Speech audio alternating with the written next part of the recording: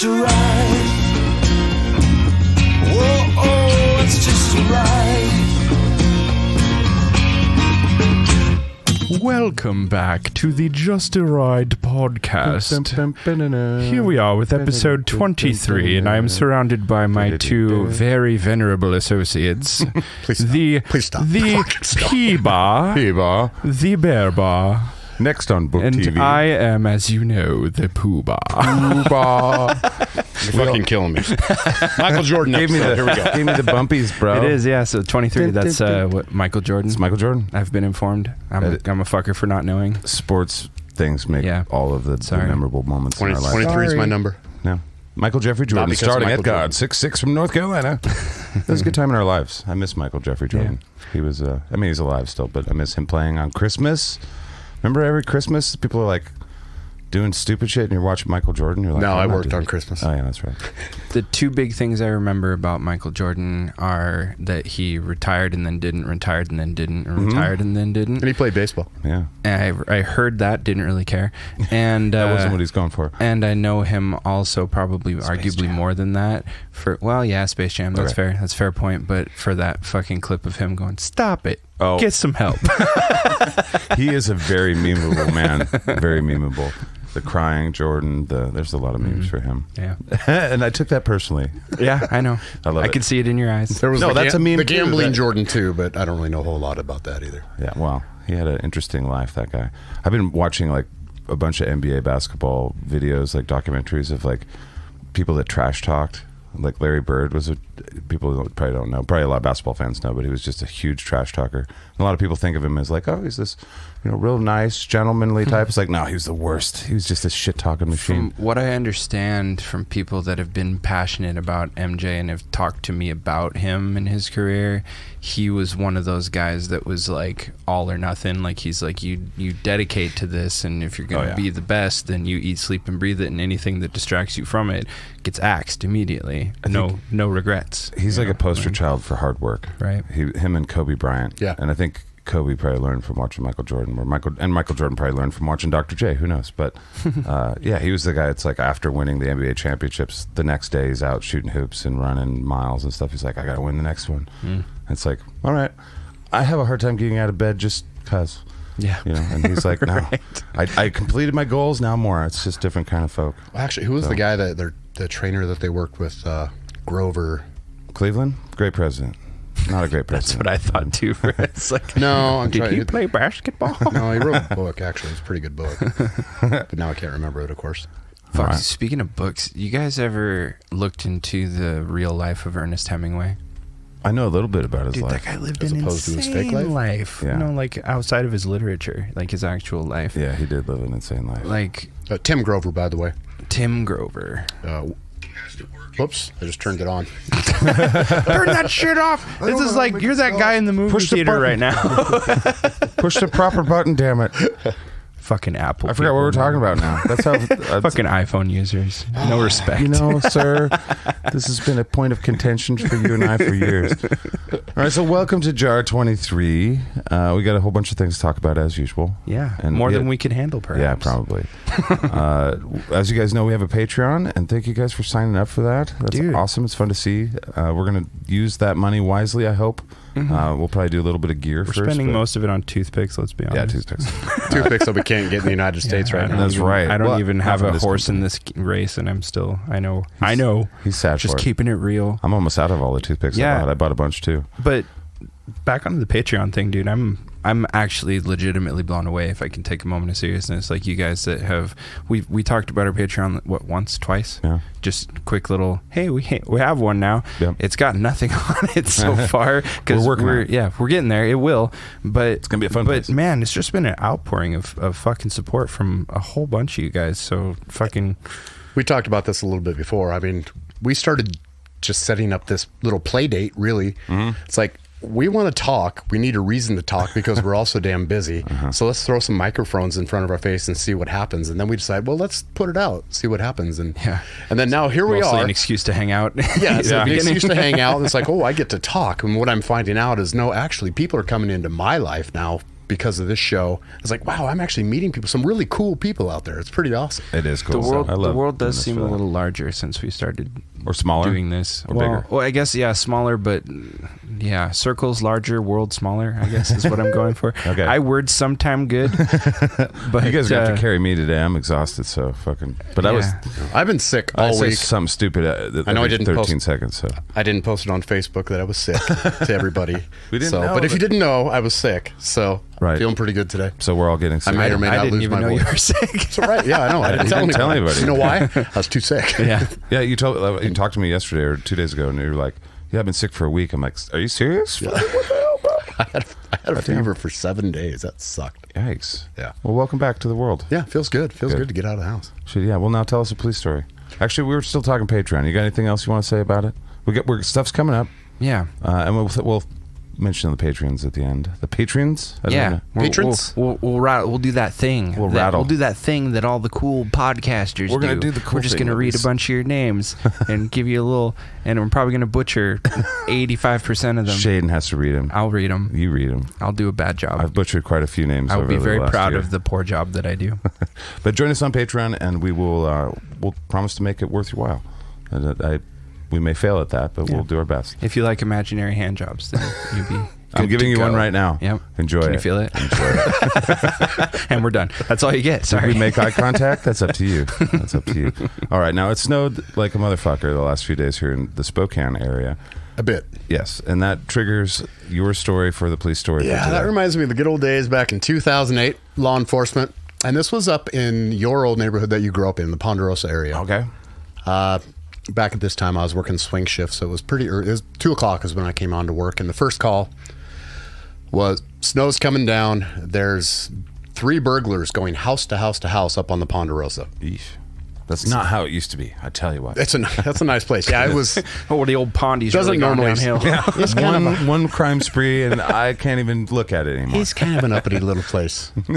Zach grew up in a nice area. I Let's did. just say That was like the least nice of places. My except for parents- the garbage cans. Psycho. That wasn't very nice. But okay. anyway, How dare you? these 3 guys were going house to house, hitting these houses, and me and another deputy, we get up there at first. He ends up talking to the first victim, starting to get information. Then we get another call. There's a burglary 2 houses down, so he goes down and starts talking to them. Well, then we get a third one. So now we realize that we're actually following him, and then he starts seeing the footprints finally in the snow. So I'm more down towards. It's hard to explain because he's up on top of the hill. I stayed down at the bottom, which it would be Schaefer, Okay. which you would know right by Yeah. Dish and Micah. So I just kind of stayed in this group of trees because essentially they were working their way down the road to me. So he went up, was just trying to contact the victims as we go. Then he started following the foot tracks. Well, soon enough, I see them. They're out in the open, and the snow's coming down so fast that their tracks are already starting to fill up while he's following them. Okay. Well, they have to come across an open area about 200 yards. So here they are trying to walk through snow that's already above their knees, trying to carry all this shit that they have. And I'm watching them hiding behind a tree, and they're just dropping stuff. Their hands are just loaded with all this crap, and they're just dropping stuff as they're going, falling down. And they are exhausted. They're going to hide in the line of trees that I'm in. And they finally get there, and they kind of settle down, and I pop out and I'm like, hi guys. And they're too tired to even just, they're like, All we're right. done. So Here too. yeah, I got them down here, and I had 2 pairs of handcuffs. So I just cuffed all 3 of them together. What a weird day to be like, you know what we should do? Steal.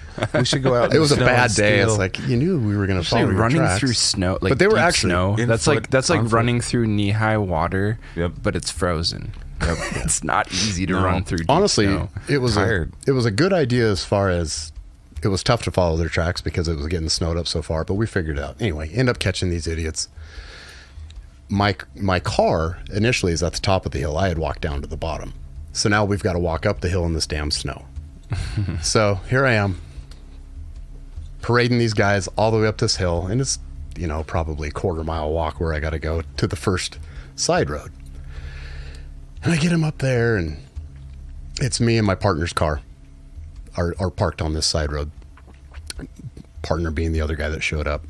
and this is Crown Vic days. There was so much Right. snow that we were stuck in the snow. Ugly We ass couldn't get cars. out. Ugly cars. So now what do? You got 3 guys in custody. You got to get them to jail. You can't drive your Crown Vic because it's a couple feet of snow.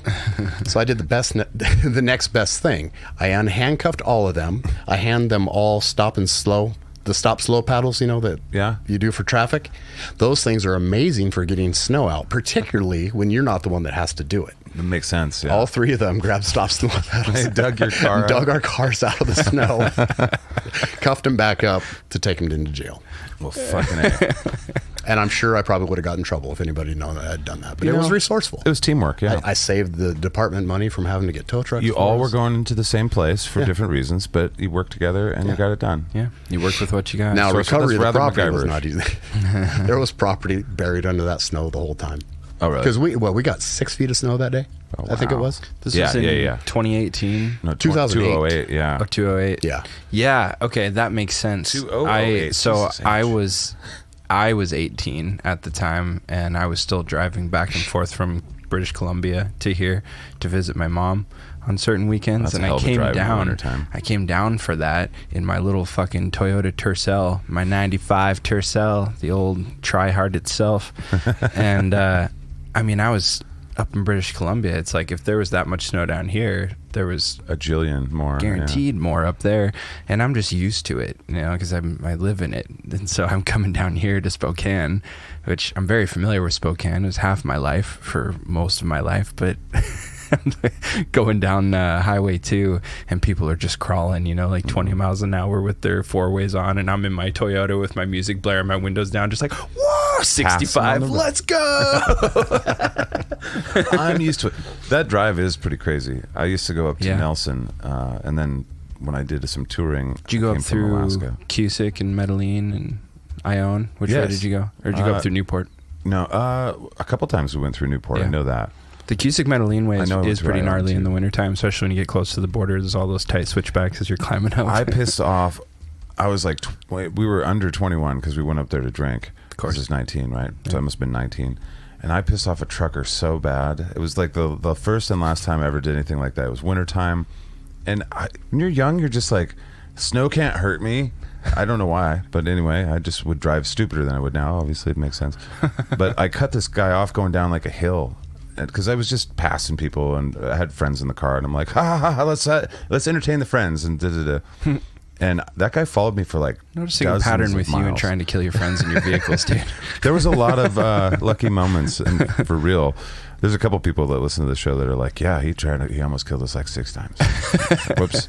That They same were stretch part of of it. road, I was coming back in a snowstorm, and it was remember my buddy, I said that I kind of like I played at his funeral after he died, and I thought I saw him behind my couch later that night. As opposed to before he died. And Pre-funeral. yeah, sometimes you gotta It's the emo generation. Pre-game, get ready for In it. case I'm not there, let me do this for you. And I was driving home from that, and it was night, and it was snowing like a motherfucker, and I was just like emotionally just done with everything by this point after playing at his funeral and shit. Like I was like, I just want to get home, go to bed, because I gotta work, and I feel raw, and I'm following this guy, and he's going so, even for the snowstorm, he's going so fucking slow, and it was a bad snowstorm. I couldn't see what even kind of car it was. I was just like, So you were an asshole. I was like, this motherfucker. I wasn't tailgating him. I was just pissed off that he was going slow. But then I finally, I knew that road really well. So I thought this corner I was coming around was right before a straight stretch. And I was like, I'm passing this guy, dude. There's nobody here. I would see their lights, I'm just going to go and get on with my life. So I passed this guy while I'm still on the corner. And it was a cop, and of course he pulled me over. That asshole. And I was like, so he pulled me over, and he's like, what the hell? Like, he was mad. He was like, what the hell are you doing? Like, what were you thinking? That's a corner. Like, it wasn't the straightaway that I thought it was, And I was like, I told him, I was like, I know, you were going really slow. You pissed me off. And I told him, I was like, I just was up there. I played my buddy's funeral, and I just really want to get home. And I didn't even realize that you were a cop. And I don't know if it would have changed what I did, if I'm being honest. And I was like, he's like, super pissed off. I was like, "You're right. It wasn't safe. You know, you can give me a ticket if you want. I'm sorry." And he was like, he gave me a break. He let me go, but he followed me on my ass the whole rest of the way and made me go slow. That's 2. Like it took me an extra hour to get home. He followed you? He followed me. That road you only only goes didn't get one yeah, place. yeah. You only didn't get a ticket because he didn't want to go back out in the snow. Probably. Yeah, that's fine. But that's 2 stories you've told us take where, 2 for 2, the police officer was like, hey, It's the hair. I just flip it and that's how I give get him a out of little tickets. lash. Flick them lashes. So not an overly exciting police story, but it was funny that they They can't all be fucking Tuffy, bro, No, or but a guy eating his eyeball. unburied my car for I think me. that's great, and it's fitting for the snow. It's pretty funny. I have an ignorant question Most people do. This is the best kind. that I could just look up, but you're sitting right here and it just occurred to me. I'll see if I even know the answer. You do. So there's one sheriff per city, county, per county. Yes.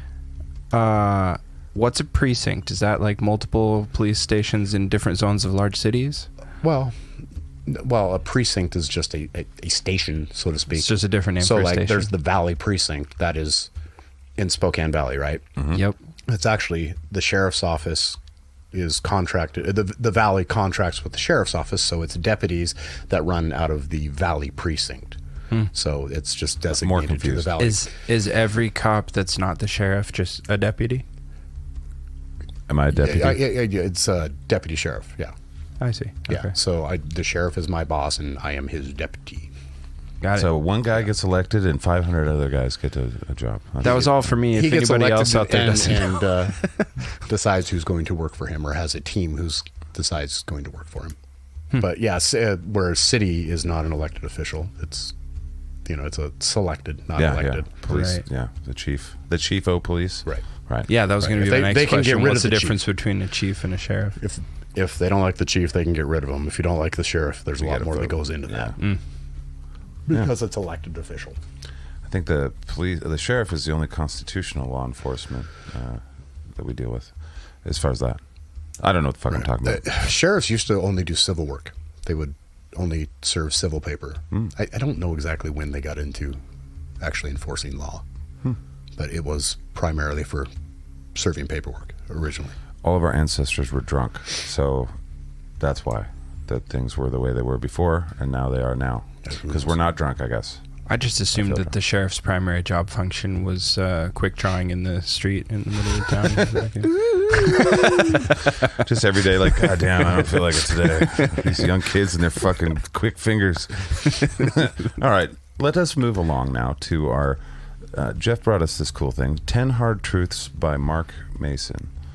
And you shared them with us before the show. They sound interesting. Yeah, We're gonna unpack them. Is that the plan? I think that's the plan. that is the plan. First off, And who is Mark Mason? Mark Mason wrote 2 books that I've read, and one of them is The Subtle Art of Not Giving a Fuck, and followed by Everything is Fucked. And they're both really good books. Oh, those are the ones you talked about. Yeah, I actually before, like the yeah. first one better as far as reading goes. It's a little more entertaining. Is it a little more subtle?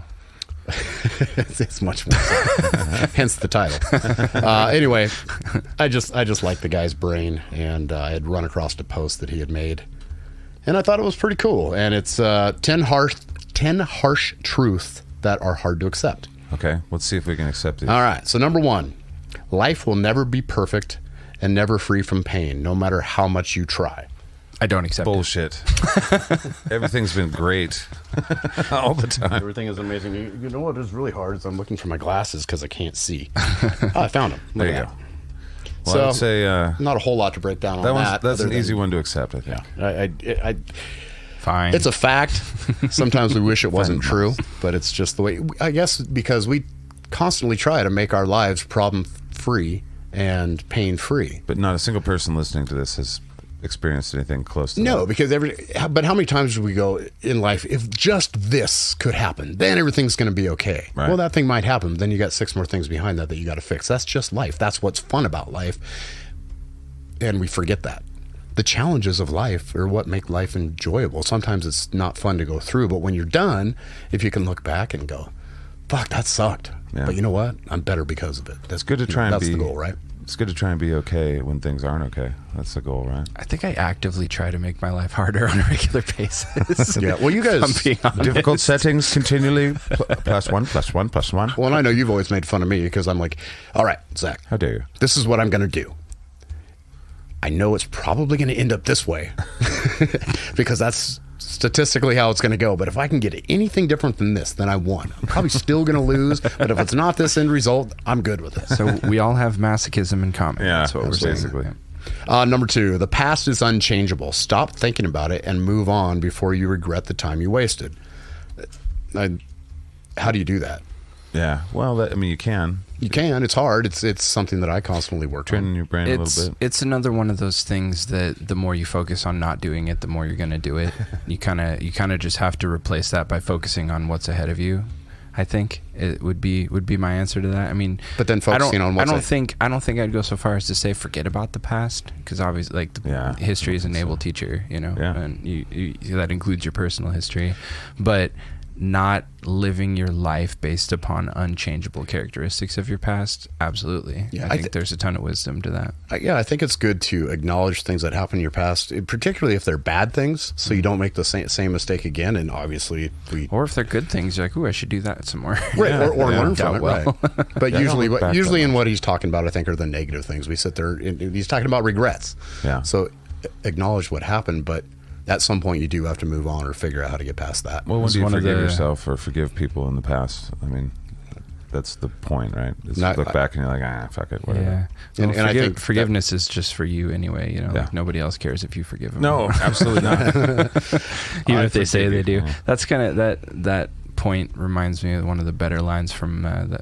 Vikings, the show. I watched the first Ragnar first Lothbrok season. is like in a boat with his sons, and his sons looking back at the village, and they're leaving, you know, and they're not going to be back maybe ever. It doesn't, you know, could die. And Ragnar's all in one of his moods, and he goes, "Stop looking back. You're not going that way." But it was like very framed, like philosophically. And the music I was like, that's good. Way to go, Ragnar. I don't quite understand this one. Maybe you guys can break this down for me a little bit better. It says your thoughts are less important than your feelings, and your feelings need acknowledgement. Sounds Is like that- some hippie bullshit It to me. does sound- dude. Yeah, okay. I don't know. So we needed Your- something for number okay, 3 and it hold didn't on. work Your out. thoughts, Yeah, let's linger. your thoughts are less important than your feelings. Yeah, I don't understand that one. I don't know that I agree with that. We'd have to have him explain it, I think, Yeah. to see where he's coming from. I mean, I agree with the second part that your feelings deserve acknowledgement. Like, that's true. We've talked about that. Like, You should acknowledge them, but feelings serve I a don't want your purpose. feelings. Well, yeah, nobody gives a shit about your feelings if they're not you, but your Yes. feelings do serve a purpose for you. I mean, that's Yeah. kind of they're a catalyst for a lot of shit that ends up being action. And But are but, they- are they your more thoughts important your anyway? thoughts are the regulatory part of that equation. yeah, they trigger the. So are emotions a lot are of we times. ourselves supposed to acknowledge our feelings more than our own thoughts of our feelings? I don't know. That one's Yeah, got me a little I don't know tripped about up. that I don't know one. what that means. What's this guy's name? Mark Mason. I don't know about that one, Mark. Not today. You're gonna have to buddy. come on Just a Ride and explain it for all of us. He's like, yeah, I've had 8 jillion. I'm sure you're out there listening. I was being quippy. Everybody you tag him asshole. on Twitter. All podcasters listen to other podcasters' podcasts because they're not busy at all doing their podcasts. Number 4, your talent means nothing without consistent effort and practice. I agree with that. Seems pretty That's self-evident. Yeah. No. In other words, if you're good at something, don't just don't take it on the fact that you're good at something, because most things that are talent,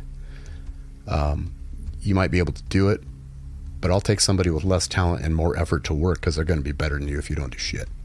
Over time, too. Yeah, time. it is an interesting. That is an interesting thing, especially if you're pursuing a skill. Like for me, the relatable one's music, because that's just the skill I've pursued my whole life. But I definitely had some innate talent for music, so I was predisposed to do well at it to a certain degree. But there are tons of motherfuckers out there that are way more predisposed than me, and you can tell the difference even between them. I've surpassed some of them that I know in my personal life because I've chosen to work at it on top of it.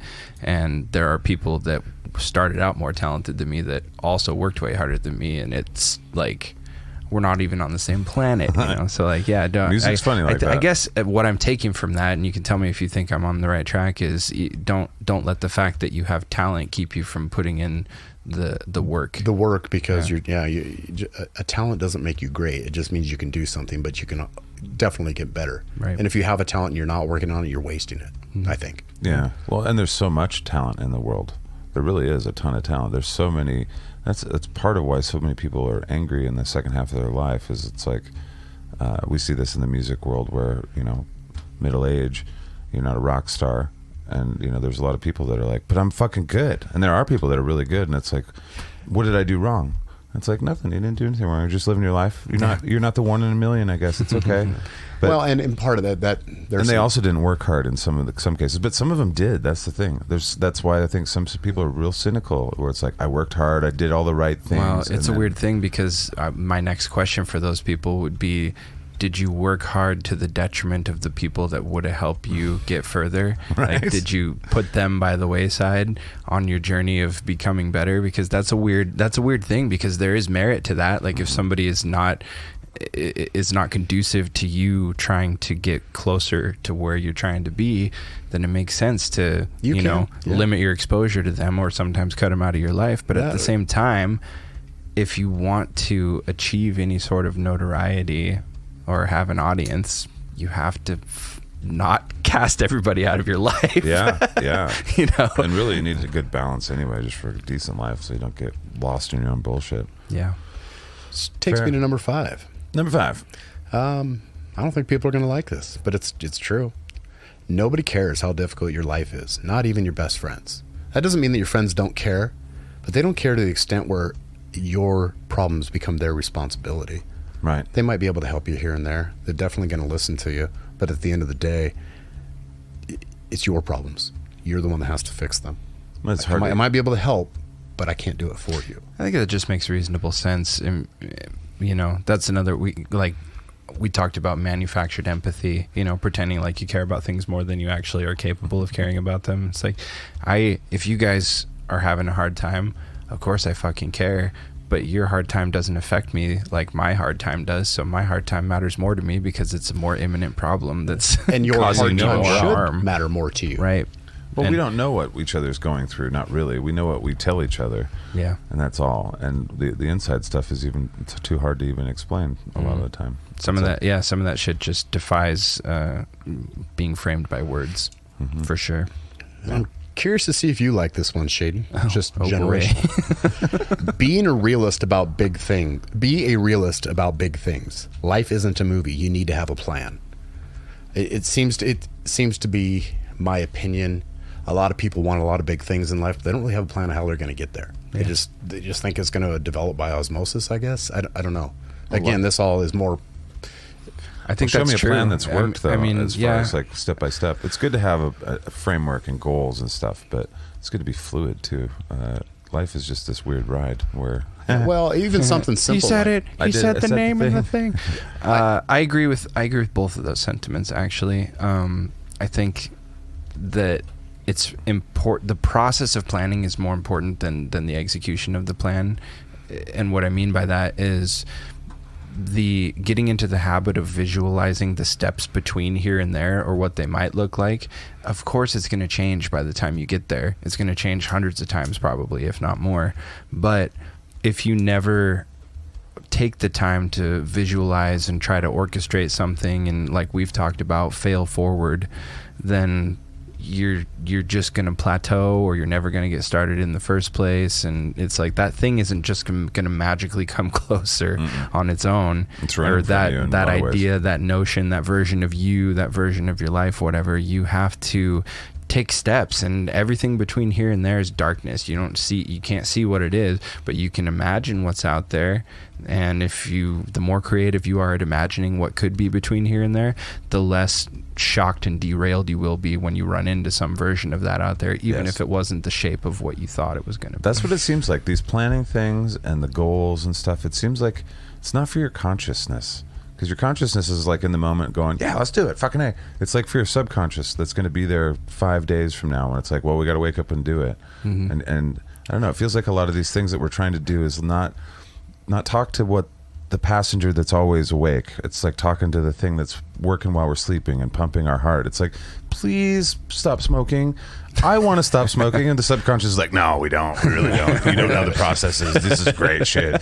Well, and then eventually your subconscious is like, okay, fine. I think of it in terms of doing my future self favors, and like I get into this. I've been doing this thing for years now, and I usually don't do it out loud because people will be like, oh god, fucking Shaiden's losing it. But I'll like when I run into something that was like way better because of something I knowingly did before, like thinking, oh, if I ever have to do this, or by the time I get around to this, I'm going to be really glad I did this before I got there. And so I'll do this and I'll go, thanks, past me. Yes. Or we can even back it up a little bit. Do you guys know anybody who just like, they're the type of person that can just like, hey, I'm going to jump in the car and just go to a random spot and, you know, I'll get there and whatever happens, happen. I am not that guy. No, thank you. Right. I am not really that guy. either. I'm all for adventure. But it's like, okay, where are we going to go? Okay, You're Clark W. Griswold. You got it. No, it's not. It's not even Clark W. Griswold. It's usually I'm the person I'm in charge of everybody. Usually where I go, or I spent a career doing that, right? Right. So I had to have a plan A, a plan B, a plan C, plan D, and they may all go to shit. But at least my brain is always trying to put something together. If this happens, I'm going to do this. If this happens, I'm going to do this. Jeff always has a plan to kill everyone that he's around. When I walk into it's really a room- weird when you're at Silverwood or something like Disneyland. Where you're like, damn, you don't. Mickey Mouse isn't going When you pull bring out him the to gun. pick up your kid So if from you don't school. know- Yeah, I was like, I don't know. It's a little. If you don't know anything about law enforcement, pay attention to your local cop buddy. When you take him out, the first thing he's probably going to do is walk into the bathroom and check it. When he goes in, and if you guys have never I haven't figured noticed that out, but you know. when I walk in, I go straight into the bathroom. I just I thought might be it's your tiny seated first, bladder. and then I'll go into the bathroom, and I just have to. I don't know why. It's just a weird thing.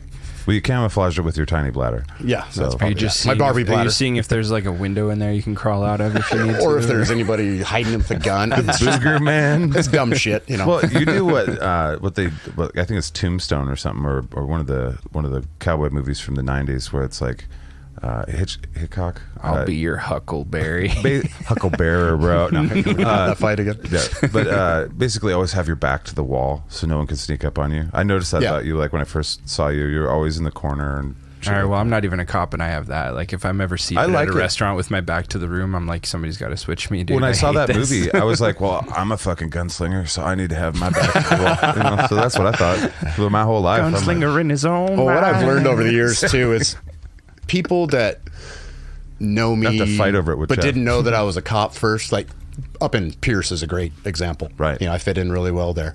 I mean, if people haven't really seen me much, I kind of look like a shithead.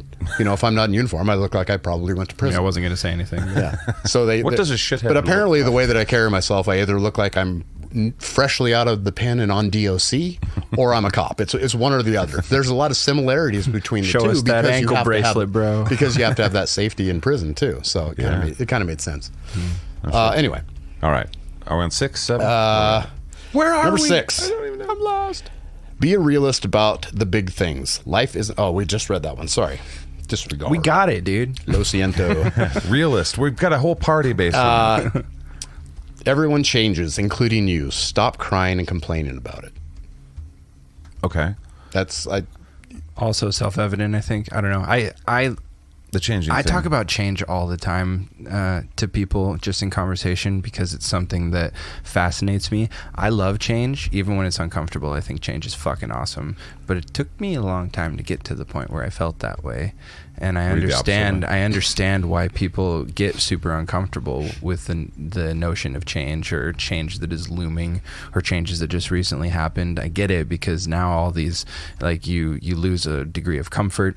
And it can be a positive and a negative change. I had to throw it that. can, yeah. And I get super uncomfortable when things remain stagnant for any period of time, and that's probably due to some childhood trauma I haven't unpacked. But but I think almost change. always I think is. change is good. It's comforting to me because I find myself when I'm going through a shitty situation, I'm like, well, can't stay this way forever. You know, everything changes. Everybody changes. People will most likely disappoint you before you're done knowing them, and you'll just have to square with that. So you might as well just square with it right out of the gate. Yeah. I think So I don't know. All that is to say, I have this very friendly attitude towards change, and so when I hear people say like that, like everything changes, get the fuck over it, I'm like, I'm over it. I get it. Like My first thought on That's this, good though. It's just like, well, it's going to keep being that way. Yeah. That's the consistent thing. my brain went straight to relationships. Yeah. What do you? Oh, they've changed. Well, they changed. They're a different person than when I met. Wait, fuck yeah, they are. So are you. That's the whole thing. Yeah. And it's, do those changes in life, are they cohesive with each other still or not? And most of the time, the answer is they're not. It's crazy watching relationships where people grow apart or grow together. If you're friends with them, if you're close with them, it's weird to watch how people will do that. Like, It's also weird to me to watch how people try to either deny their change or reject changes within themselves that are naturally occurring just because they don't want to rock the boat for their partner or their significant other. You know what I mean? Like they can tell that whether their viewpoint on something that they used to be passionate about is now shifted, but their spouse or significant others hasn't, and so they just kind of like repress that shit. And that stresses me out. Imagine all the big beliefs too, where it's like, I believe we got together at church, and now I don't believe in this church anymore. Or Yeah, we got holy together at a political rally, and now I'm the other side. That's not to say that it's insurmountable, but damn, that's a fucking hurdle. Yeah, yeah. You know? Well, as an atheist running around the world, like I that what just you are? piss people off. Yeah, right. As a guy that tells everyone he's an atheist, hi atheist. Shut up about it's it. like, dude. I know, man. But it is like weird because I don't know. Most people want to believe in religion. Even most atheists are like, I want to, but I don't know. I mean, you grow apart from almost everyone that's follows their religious path because as an atheist, you just don't spend any time on that, and they spend more and more time on that. And I don't know. As you get older, it just becomes like, I don't know. Depends on the person. Most religions. A prime tenet of it is the religion is the number one thing, right? Like this is God, the path that you're on. family, Yeah, whether it's God or the path or the creed or the mantra, whatever it is, this thing is number one, and then everything else is secondary, tertiary, whatever. Yep. And that seems like and it can be done. I've seen it done in healthy ways, marriages that are built around systems like that. My parents would be a great example of that. They have a fantastic marriage, and it's built around their faith, and they make it work splendidly. And that astounds me because that seems in defiance of the odds. You know what I mean? And because it's like, oh, so I'm gonna pledge myself to this one person, no matter how they change, for the rest of my foreseeable future, and but they're still not going to be the most important thing in my life. I'm like, wow, that's such a crazy juxtaposition to me. It is. It is. It's hard to want to follow that. But so I much, also, but I like I'm not going to condemn it either because I'd be a hypocrite because my pursuit of art will always be more important to me than any relationship that I'm in. yeah. It's and I'm upfront about that too. Anytime I start getting close to somebody romantically, I'm like, look, you should know this about me. I'm trying to lead you on. In a heartbeat. Like, what? So it's just a crazy thing. There's a fire and it's you and my guitar. I'm pushing you into the fire and I'm grabbing the guitar. No. I'm pushing you into the fire and saying, grab it. You're mainly a water bag. You'll be fine for 13 seconds. Well, and I guess I can say I've learned that in my life, intentionally changing in my life. And I've had people in my life that didn't change with me. So at some point, you got to make a decision. It's like, well, I'm changing and I no longer want this life anymore. Yeah. So I'm moving on. You can come with me or not. Make your decision. But we're different now. And that's okay. That seems to be a really bad thing in our society. But it's a pretty rational approach, in my opinion. Yeah. It lacks a certain pizzazz in the romance department, perhaps. But it does. But it is very rational and functional, I think. And it's honest, most importantly. Yeah. So. Number 8. You can't please everyone. Might as well do what you want. Seems a little... Okay, the first part, great. The second part, he's just being cheeky. Yeah. Yeah. I do what I want. I do what I want. Okay, as somebody who professionally does what he wants. You don't just run around saying, you just do what you want. I think that means like you don't have to be helpy helperton all the time. If you don't want to help somebody, don't, I guess. Right. Will you read it one more time? You can't please everyone. Okay. Might as well do what you want. Right. I'd want to hear him talk about that. And, I want more must on be that. like a quote from something. Yeah. Once again, everybody tag this guy on Twitter. Tell him he's got to come on here and explain himself. If you want some exposure for your ideas, dude, you come on the Just Ride podcast, and we'll expose you to a Got bigger audience. The most massive audience in the world, obviously. The last two. largest audience that you've seen. The last two I like. No one cares about your opinion until you show results. I think that's very true. That is true on some level. Absolutely. Yeah, you got to prove it for anybody who can give a fuck what you have to say. Yeah, and a lot of times, Or you can just shout it really loudly. Like what we're doing. I haven't proven shit. Listen to me. Just yell it I into a know microphone things. and then tell your friends to listen to it. You don't have to say it to their I don't face. want my friends to listen to it. My friends are sick of listening to me. They don't need this podcast. I actively don't tell my friends to listen to our podcast. Not because I'm ashamed. There's several of them that just have stumbled upon it and they're like, "Hey, I've been listening to your podcast." And I'm like, "Cool. Are we still friends? Are we still buddies? One of my friends is like, dude, I don't like listening to you talk anyway. You talk too goddamn much. Exactly. Well, you think I want to listen to you when you're not around? It feels weird, man. It already feels weird to me to like ask people to listen to my music. Like my friends, like, "Hey, listen to my music." It's just like, it's like, "Here, will you read my diary Yeah. and tell me what you think?" And so also like, judge the me. podcast seems like that, but worse to me. You know, it's just like, "Hey, you should listen to my podcast." These are my friend inner thoughts A. that I'm saying randomly to three They're people, like, to two people "Bro, I know. don't and I put enough effort into our friendship? Get the fuck out of here! I got to listen to you for 2 hours a week." That's how I feel. But then I'm also like, I do this 5 days a week. So Yeah. it's like I can't imagine any of my friends listening to me. Yeah, that I'm much. very sick of you, dude. It's- I am too. I'm sick of me too. All right, number 9. This is number 10. Okay, 10. And this one's a big one. No one will clap for your hard work. Yeah. Everyone will clap for your success. Yeah, or your demise, Yeah. your failure. Yeah, most people cheer. Sure. Most people hope that you fail. Yeah. And the people that want you to succeed are probably, they still don't believe it until it happens. Yeah. And that's just the way it is. You got to put in the work, and you have to have the faith in yourself, and you've got to put in the time and the work. Period. And That's it. It would be good. I would add to that by saying it would be good, or perhaps wise of you, to just square with the fact ahead of time that also nobody's going to give a shit how much effort it took. You know, like they're not going to look at your hard work and go, "Holy shit, you had to work so hard. That's amazing." Like, it might get said as a platitude, but I mean, just to put it in a very small, minute example, when you go as a musician and go play a gig, nobody gives a shit about the months of practice, the agonizing nights of writing the songs and perfecting them, the fucking up and having to change them, the hauling all the gear and organizing everybody's schedules, and the list goes on.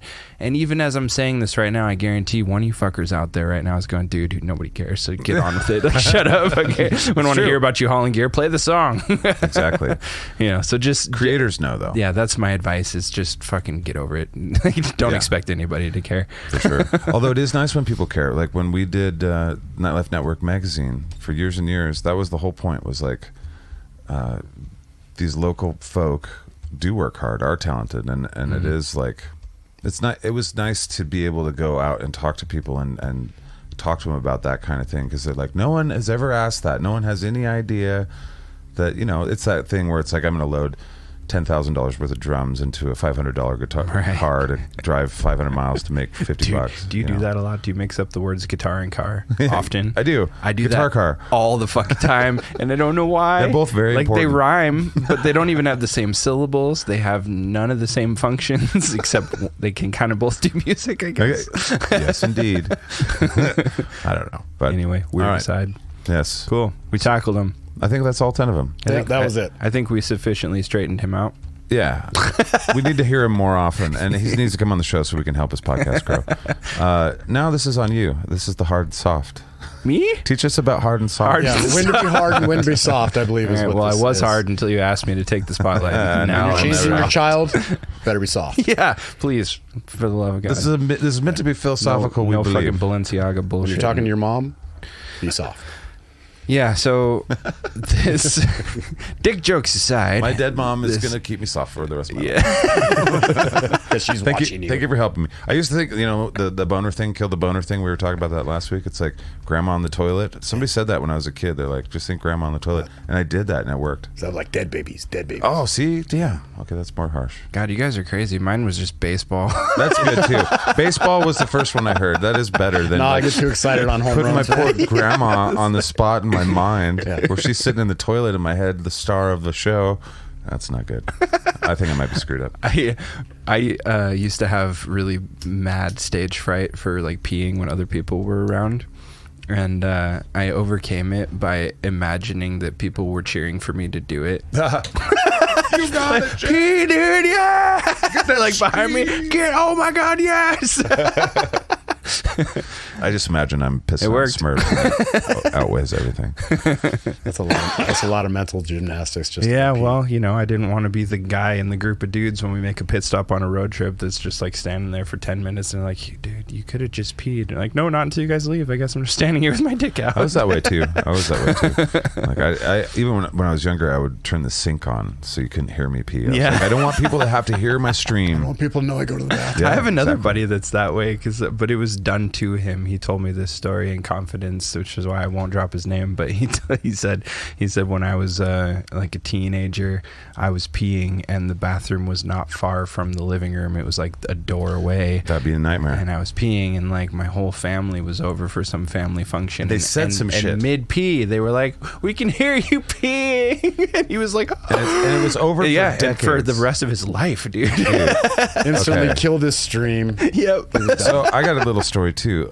Same kind of vibe. I guess more of us have that than I thought. Yeah. When I worked at TimeSuck, Dan and Joe are cunts. When you go to the bathroom. I mean, and you can tell them Zach I said remember so. the pictures. Yeah. Okay, you've seen the bathroom pictures. I took those. There was a lot of fuckery in that bathroom because one of the things that happens is the light just goes off after like a couple minutes. You know, I like to sit and have a shit. You know, and I never do that. Because of this kind of thing, I'm a home pooper. I don't do like shy pooper. public. I am. I don't do public pooping. I am that Rick and Morty fucking reached my soul. But so Joe would fuck with me every once in a while, and he has no idea that I have this kind of phobia where I already don't trust people around the bodily functions. Probably good because he would have done it more. if he would have known exactly. But Paisley, I had known. he would just fuck with us, but it was Dan that I was afraid of because Dan goes hard on his jokes. This is back to the hard and soft thing that we're going to get to, but he's committed. The other thing about it is like poop shamers, where they come out of a bathroom and like somebody fucking killed it in there. Oh my God, what's wrong? You know, that kind of thing. For some reason, as like a kid, their shit doesn't stink. Exactly. I didn't think other people smelled as bad as mine, so I was like, I had that little phobia. But Dan would come back in the office every once in a while and be like, God damn, somebody just murdered that shit. And so I was like, I'm never shitting here because he'll judge my poop. And that was just my dumb brain. So I was afraid of Joe pulling jokes. I was afraid of Dan going too far with the jokes, and I didn't want to be poop shamed by Dan. Just so you guys know, Dan, TimeSuck, poop shamer, and it makes you feel bad, and it's not nice to your coworkers. No, it makes you. It made me feel bad. I accepted. Nobody to feel else bad. gives a shit. I accepted that I felt bad, and I went with it. Technically, everybody gives a shit, but it's not as smelly as yours. Right? Oh, I thought it was pretty smelly, but I liked it. You know, I'm like the opposite in that regard. I've like gone into a bathroom after it was quote unquote wrecked by someone else, Yeah. and then I also proceeded to add my wreckage to the pile. And I remember several occasions thinking, oh, fuck, what is wrong with that person? My shit doesn't stink nearly as bad as that because it's not mine. Right. It's like their diet is strange and their biology is unique and foreign. I don't like it. Oh, well. That's a different ecosystem. Exactly. Anyway, What know exactly when to be hard and when to be soft, boys.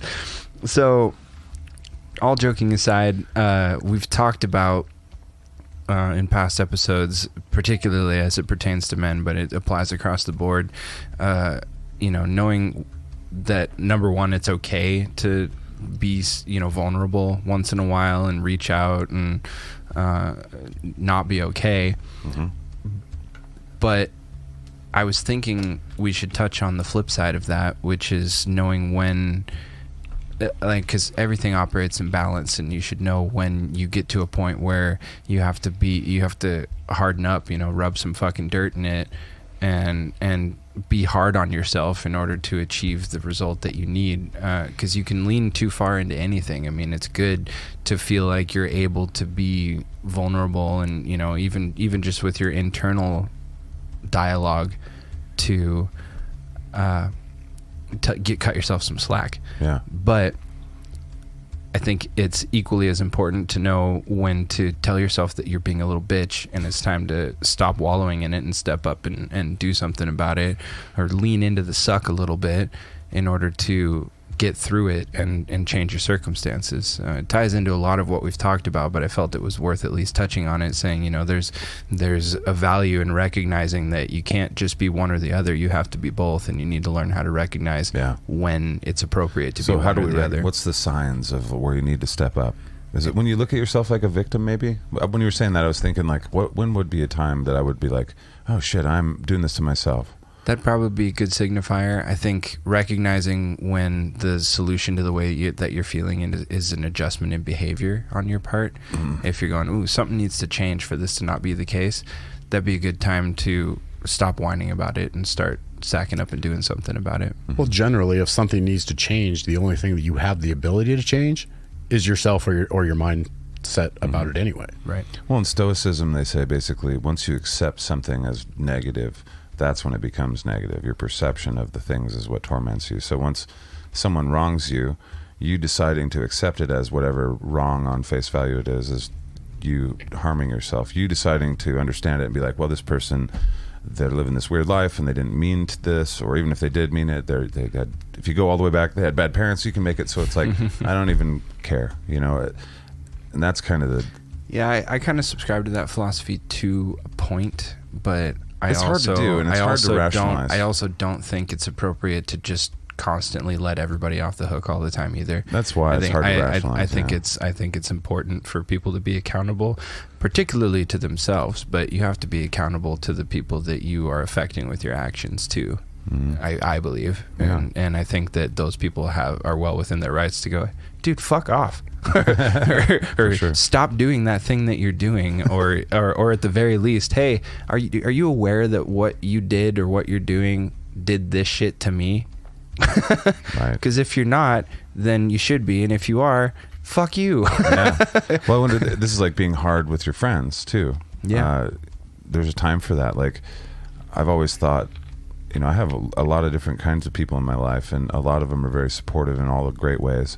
And then some of them are very honest. Most of my friends are very honest about things, and they'll be hard with me in a sense when I need it a lot of times. And that's like, when do you know that as a friend? Like, sometimes you need a soft friend that's just like, shut up and listen kind of thing. And it's like, okay. But sometimes you need a friend to be like, no, you listen, fuckface. You're wallowing, or you're doing this, or you're making the wrong, you know. What signs do you... It's good to be able to do that for your friends, and it's also good to be able to learn how to take that shit from your friends too. I mean, it's a two-sided equation, obviously, but I mean, you have to, if you're on the receiving end of that, I think you can tell when somebody's coming at you and they're not coming at you sideways just for the sake of fucking you up or being an asshole to you, but they give a shit, right? It's like, and you can tell when they sincerely give a shit and they're being hard on you for your own good, or at least they believe that's what they're doing at the very least. Intentions matter. You can tell, but your emotional knee-jerk reaction to that can cloud your judgment of that too. So you have to do work on your own side of it on the receiving end to be able to recognize that and take it for what it is, instead of clap it back and be like, dude, fuck you, why are you on my case? You know? I mean, maybe we could go back as far as just, you know, adolescence, growing up, and your parents, you feel like your parents are on your ass constantly. Instead of being offended by it, maybe take a listen, because maybe they're right. I mean, maybe they're wrong too, but at least should always listen regardless. And then you can arrive at a conclusion. For sure. It seems like we often look at each other like we're not on the same team, and maybe we're not, but that's maybe why. It's like, I'm not listening to you because are you on my team? Yeah, that's interesting. In my new life that I have now with kids involved, you know, I'm in a role where I'm essentially parenting and trying to help these kids. And if there's ever a situation where it's like, you need to do this, and there's resistance from the children, I will take the time. Like, look, I will tell them very specifically, I'm on your team because I want you to be successful in life. I need you to do this, and this is why. This is what it's going to teach you. This is the importance. And it's really awesome because these kids get it. But I also noticed that I'm doing something different that I didn't get. And that's not just do this because I said so. You need to do this, and this is why. And I think that has a lot of value. I think that one thing you said in there is super fucking important, is reminding somebody when you're giving them constructive criticism or coming down on them a little hard, is like, look, I'm on your team. You know, like I'm behaving this way towards you because I have a vested interest in your success. I'm on your side, but you're not on your side right now, and you need to step back and take a look at it. I said that to my son a lot. No, saying that to a 5-year-old seems odd, but I'm telling you, they're not stupid. It's super fucking important. My dad did the same type of shit with me. No, I did that with my son. Like, it's like, the reason why I'm saying this to you is because I want you to win in life, and I'm seeing a place where you could lose. And I wish that my father would have said that, because he was on my team as an older man. Now I know that he was on my team. He was trying to keep me alive, but he never said that, and it never felt that way, because it was always this adversity between the father and son in our relationship. He's trying to keep me disciplined and all these things, and it never. He was totally on my team. He was one of the only people in the world on my team. But it never felt that way. And if it would have just been that communication, like, dude, I am doing this so that you, and, you know, I'm sure he did, actually, when I think about it. My dad was really good at those kind of things, but I didn't hear it too. So I wonder, you know, while I was thinking about this, it's like, he could have said that and I wouldn't have believed him too. Because my son, when I first met him, you know, his stepdad, I could say, I'm on your team, I'll be your punching bag, don't worry about it. But he didn't know me, so he didn't believe me. And I didn't really know my dad either, in a lot of ways, and so I wouldn't have believed him if he said it anyway. I'm just imagining baby Zach in a tough conversation with his dad, and his dad's coming down on him, and little Zach's just like, no thank you. I'm on your team, you little shit. No thank you. No thank you. Shirt's coming. No thank you, shirt's coming. By the way, guys, I have to tell you, I didn't tell either of you this. I designed some jar. I designed that 3 Raven jar logo. Did? Yeah. And then I did a reasonableness party. Yeah. I can't show you yet. I'll show you after at the end of the show. Okay. And then I did a fucking cock tease. Yeah. It's going to be blue again. But red, white, and blue reasonableness party. What's that? I love a slow turn on. It's all about the foreplay. We still got time too. We still got time. But take it easy with me. Just I think nice you guys will like it. We're going to look like Democrats and Republicans. I threw down. We are. We're going to look just like them. We're going to fit in. Now I'm soft again. I'm selling out. Is basically what I'm saying, and I'm taking corporate sponsorship. Bank of America. We'll take Goldman Sachs, nice. But Chase. Yeah, we'll take them all. Let's go to credit union. Fucking A. Yeah, I would. You know, but they just don't have the same kind of money. I don't think. So. Sure. All right, so hard and soft. Yeah. I mean, that's it's fun to explore examples of it, but it's again kind of a pretty self-evident thing, but it bears mentioning, or at least reminding, that, you know, there's times when it's okay to be soft, be vulnerable, and there's times where it's not, and that's when you got to step up. And I think in dealing with other people, but in your internal monologue too, man, like, I'm probably excessively a dick to myself on the inside. I am way softer with other people than I am with myself. Me too. My expectations of myself are unobtainable. And that whenever I tell people about that aspect of me, except for Jeff, they're usually like, dude, fucking chill out, go easy on yourself. And I'm like, no, myself doesn't. I know how to deal with myself. He responds better to an ass kicking than a gentle push. Can I go back to when you lived with me and why you lived with me? Like, you want me to move in again? No. Well, that would be all right, actually. Fuck yeah, you were the best roommate ever. Good old days. You were the best roommate ever. We made a song and everything. Well, a rhyme, kind of. A nursery rhyme? Yeah, I don't think I've been telling that tell in a nursery. But that was a huge reason why the situation that you're in, I'm like, dude, get your shit, load it up my truck, let's go.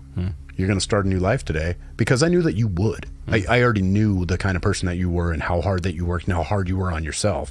And you were at a spot like you were at you're done.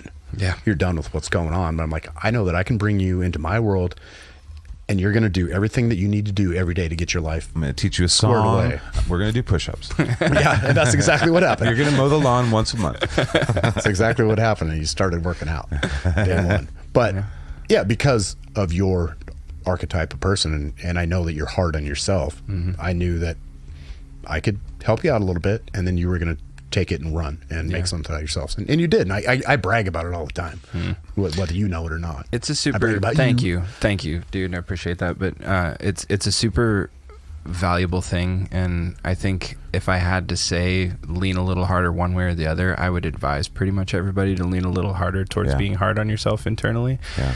But that, with a caveat, limit. With a caveat of saying you have to build trust with yourself at the same time, because if you don't have a certain degree of trust with yourself and how you're going to be able to respond to that shit, then you're just tearing yourself down constantly, and that's not productive, you know. But if you can achieve this equilibrium where you can mentally kick your own ass when you know that you're doing shit that's out of line or isn't serving you well, and without spiraling as a result, you know, being like, oh, you're right, me, how could you fucking go back to bed? Like, that's not that you're not ready to be that hard on yourself if that's your response. But if you can achieve that level of, hey, fucker, get your ass out of bed and get to work now. It's like, okay, yeah, you're right. But you know what helps? But again, you know what helps with that? I mean, again, this is going to come up in 75 hard when we start doing that. Yeah.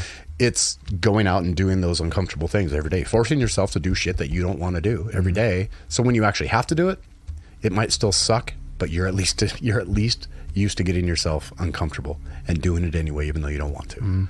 I'm getting wound up for 75 hard, man. I've been like implementing things every week or so that are just like inching me towards just doing it. That way it's not just like a total system shock. I've had when are you guys starting again? Which I advise. We're going to start on the first. When are we starting it, Zach? When are we all doing it? When are we all starting it? Against my New Year's resolution situation, we're gonna change, and we're gonna start it on the first. On the first. Yeah, I'm totally good with that. Well, you can have 1 year where you're like, I never did a New Year's resolution except for that 1 year in 2020. Well, what's nice is I know I'm going to do it, so it's like, well, fuck you, Jeff. I don't know why fuck you, but fuck you, buddy.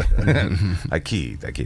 All right, well, cool. Be hard. Yeah, be hard, but soft sometimes. This made me think of like, so it's like males when they're hard, to some people looks toxic, and I kind of wanted to.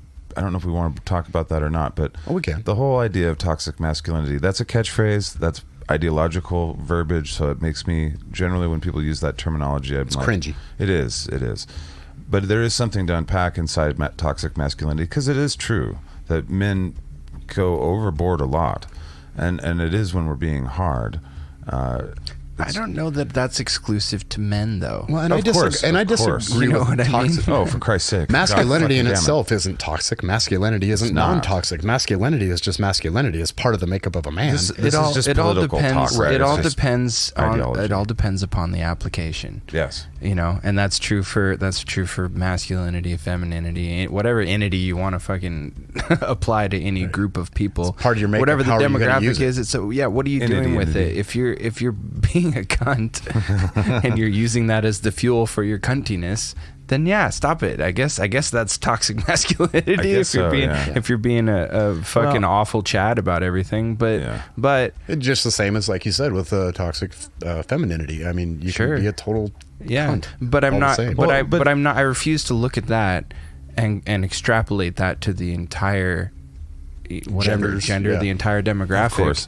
Because it's like no, you got to take it on a person by person basis. Like these broad generalizations are kind of ridiculous, but I guess the point that you were trying to make, inside there's something, right? Inside there is like, do guys, like say a coach and their pupil or whatever.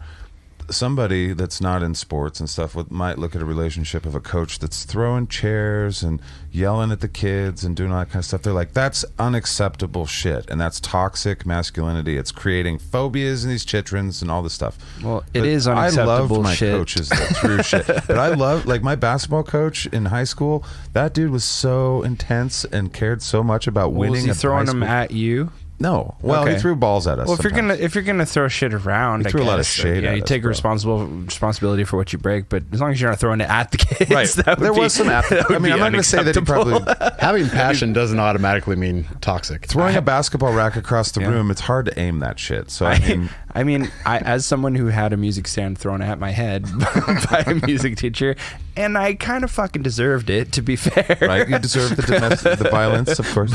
But I still don't think that was probably the first go-to, you know? Fair. But control yourself a little bit. But I wonder, so to me, it was toxic. I mean, it wasn't, I don't want to use the word, I don't like these ideological terms, but it was like, I really like the word toxic, though. I'm sad that it's being co-opted. So there are a lot of good words. It's such a good word. Co-opted. Toxic. There's a ton of just good rolls words off the tongue that nicely. become political garbage. And this one is that. But when I think of hard, I do think that when people are like, because men today, we're kind of being asked to kind of tone all that shit back with this kind of language of the toxic masculinity, and it's like, what does that mean to you guys? I don't know. I mean, look at my life. You like exude. I mean, I am like the role model of what I think people think toxic masculinity is, because I like to work out and I like to go do shit outdoors. Like heavy and I like metal. to kill stuff. Yeah. I'm go. I want to go do adventure shit. And it's not because I'm toxic. It's because I want to do cool shit before I die. But it could be that you're toxic. That's what they're saying. It's like you might not know that you're just saturated in a society based around toxicity. But they're wrong. That you just like it and you're bad. They're wrong and I'm not. Well, you know what? That's a good way to put that. I'm going to respect that, and I don't have anything to add to that.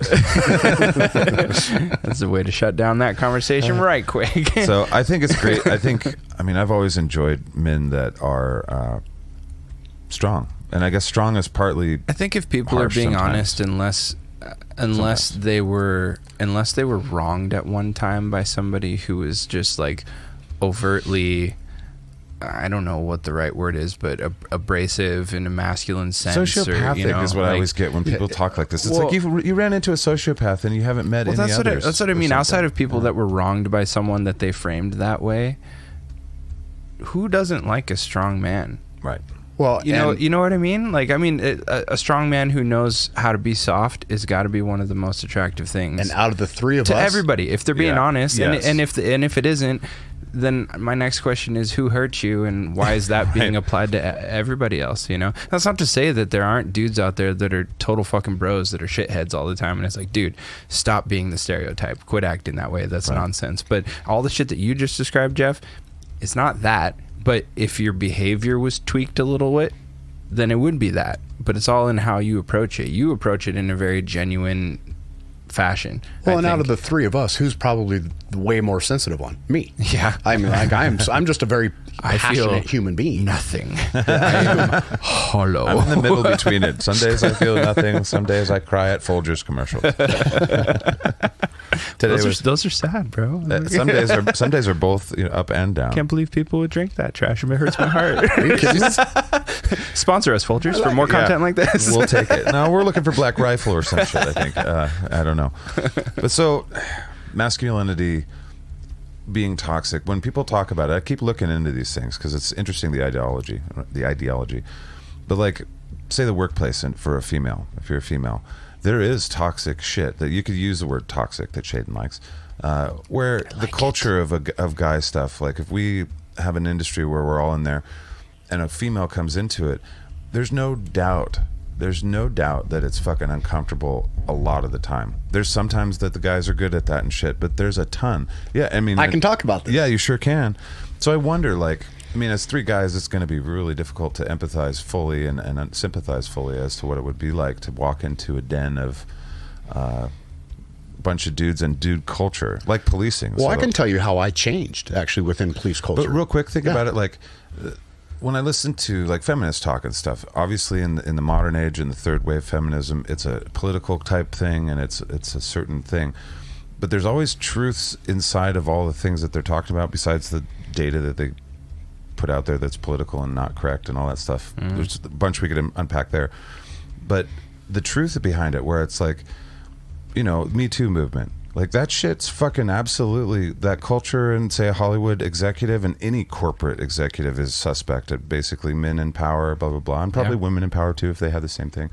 Yeah, it's probably not at the same rate though. I think dudes are probably way more. It is that way. Yeah, women embrace men, like the single man that comes to the job. There's I'm sure there's shit that gets said, and there's different complications that go with it too. But it does seem, I've just asked it's anecdotally, it's a different power dynamic, I think. You know, like even if you have a woman who's in charge of men and she were to leverage her position against a guy, it happens. Yeah. I've been in situations that weren't like, I didn't get raped by any of my bosses, but I've had uncomfortable. I know. Yeah. See, exactly though. That's my point. And that's it's like the attitudes around it are not the same. Which we could talk about the right and wrong of that because I have opinions about that too. But my point is, there's a different power dynamic when it's a dude who's wielding that power over females that are working underneath him. And I think it's absolutely something that should be called out, you know, and that shit, that is actually toxic. Right. You know, but there's nuance to that too, because you won't tell me that there haven't been cases, because I've seen it, where it came to light after the fact where it was called out falsely. Right. And I find that even more despicable, perhaps. Yeah, absolutely. You know, not that I want to put them all on the scale of who did the worst thing, but that's just like, it's bad enough that it happens. You don't have to lie about it on top of it and make it worse. That's when these big things, these philosophical things and moral things, when they get hijacked by ideologues and ideology. Like, the reason I'm using the term toxic masculinity has a long history that most people don't know much about, and it's words that are meant to make us think a certain way, blah blah blah, it doesn't matter. But all of this stuff makes it so we don't talk about the nuance of what we're talking about, where it's like the Me Too movement, that shit was very important, and was also abused to the point of where now it's a joke, it's a meme joke now, kind of thing. That's what culture has done to it.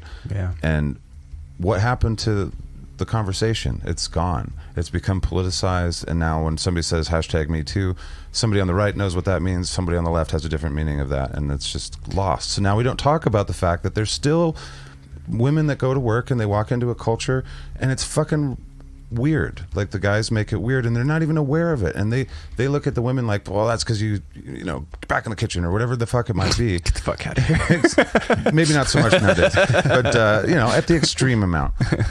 And we don't get to talk about that, and so we kind of just walk through society. That's what I found when I started looking into like toxic masculinity. Below that is like, there's a whole bunch of things that we can talk about, but we're not going to, because they've used, now half of men feel bad about themselves because a bunch of people in their lives and a bunch of YouTubers and a bunch of news channels are telling them that they're toxic for being born. Yeah. And it's like, we're losing the plot so much, or maybe we never had the plot. It's just a matter of something being co-opted, first of all, and second of all, being ran way too far in the inappropriate direction. Yeah. And I think that hijacking that you mentioned is unfortunately inevitable with anything that is, you know, a hot button issue and at least relatable in some degree to a lot of people.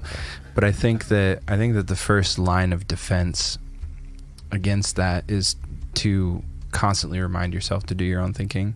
Yeah. It's really easy to fall down holes on the internet or listen to the same news source so much that it just starts rewiring your inner monologue, and you got to proactively guard against that shit. Big time. And then after you're able to accomplish that, you need to be able to have these kind of conversations. Yeah, still look into it. You know, like I would be shocked if us talking about toxic masculinity or talking about how people falsely call out Me Too stuff or have falsely called out Me Too stuff, I'd be shocked if that didn't piss somebody off that's listening. Of course. You know, Yeah. and Well, you can't say anything without offending somebody. and that's just the way life is.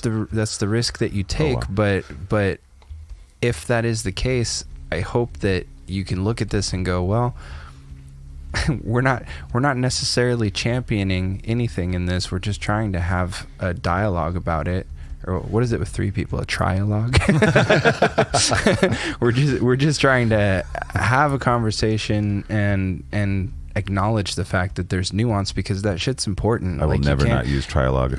Tri-alogue. Use that forever now. Sorry. Welcome to the tri-alogue here at Just a Ride. But it's important to be able to talk about the nuance of this shit, and I feel like it's kind of a sword that's wielded by people that want the drama to continue rather than the solution to arrive, Right. to shut down Well, the drama can be addictive. conversation. Well, for sure, and it can be profitable. Yeah. Well, yeah. There's profit in victimization. As Yeah, well, and so. being aware of that is important as well, because if Absolutely. you're not aware of that as a reality, then your penny's in somebody else's pocket eventually, one way, shape, or another. There are people in this world, conspiracy, whatever, who look at the world as a dialectic, and they look at the world through a lens, and their ideology is more important than facts. It's more important than anything. Mm-hmm. And They do exist. And like, I just want to throw this. This might not be the best place to put it, but Don't put it on me. I hear people talk like the word conspiracy theory and conspiracy theorist, and I could say that I guess I was one at one point, but I study communism and socialism, and whenever I hear that phrase in America, I'm like, how do you think communism would be accomplished without a conspiracy? How do you think socialism, in the sense of even a dictatorship, Maoism, any of the things, it was like, that was legit the only way that could happen. It wasn't coincidence that happened. So whenever I hear that, I'm like, who coined that phrase, conspiracy theorist? Who does that serve? Because there's no way that you could do some of these things without hundreds and thousands of ideologues. I can tell you one person that it serves is the person behind the conspiracy. So anyway, so I'll put my tinfoil hat back on the shelf. But it's fun when you bring it out. It looks good on you. It brings out the colorlessness of your soul. the dark denseness of my eyes. Just blue. They're not blue. There's gray. The void is staring back. So we kind of started going back started to talk about my profession, which when I got in was, it's still predominantly male profession, but there's Tell a us lot. how you were a toxic masculine figure. I kind of was, actually. To start, that's the whole point, is I actually was at first. My first experience in law enforcement with a female that worked, she just happened to not be good at her job. Right. And ultimately didn't make it. Right. And you extrapolated that to all of them, didn't you? Well, You that was little just my shit. first experience. Yeah, I really did at first. The one female that I worked around, she wanted to do the job. She tried really hard. She just wasn't good at it. Mm-hmm. So I'm just like, well, typical asshole. Well, women obviously don't belong in this job. That was stupid of me. You And very chauvinistic young pig. and naive. Yeah, I was. I totally was. Until I came to a bigger agency and even in the... coming to Spokane, there wasn't very many females that I worked with at first, but what I found is they were really good at the job and they had a lot of value out on the street. And then as more females came into the department, there was a pretty good mix. I don't know what the breakdown is. It's still predominantly male, but there's a lot of females, and there's a lot of value in a female doing this job that a guy doesn't have, but there's things that they still can't do. Yeah. Physically fight.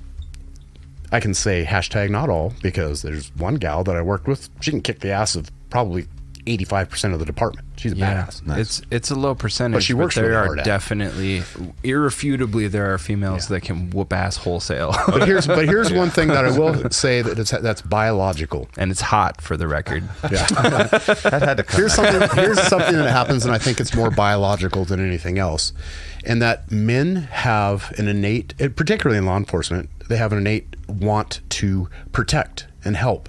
So if I would go to a call with a female deputy and I could see things going sideways, I was going to jump in a lot faster and put hands on a lot quicker to protect them. Or even if somebody was mouthing off to them, I protected them just inherently, just the white knight, the damsel in distress. Right. I would step up and try to protect them. Did I need to? I don't know, but is that toxic if I do that? I don't think so.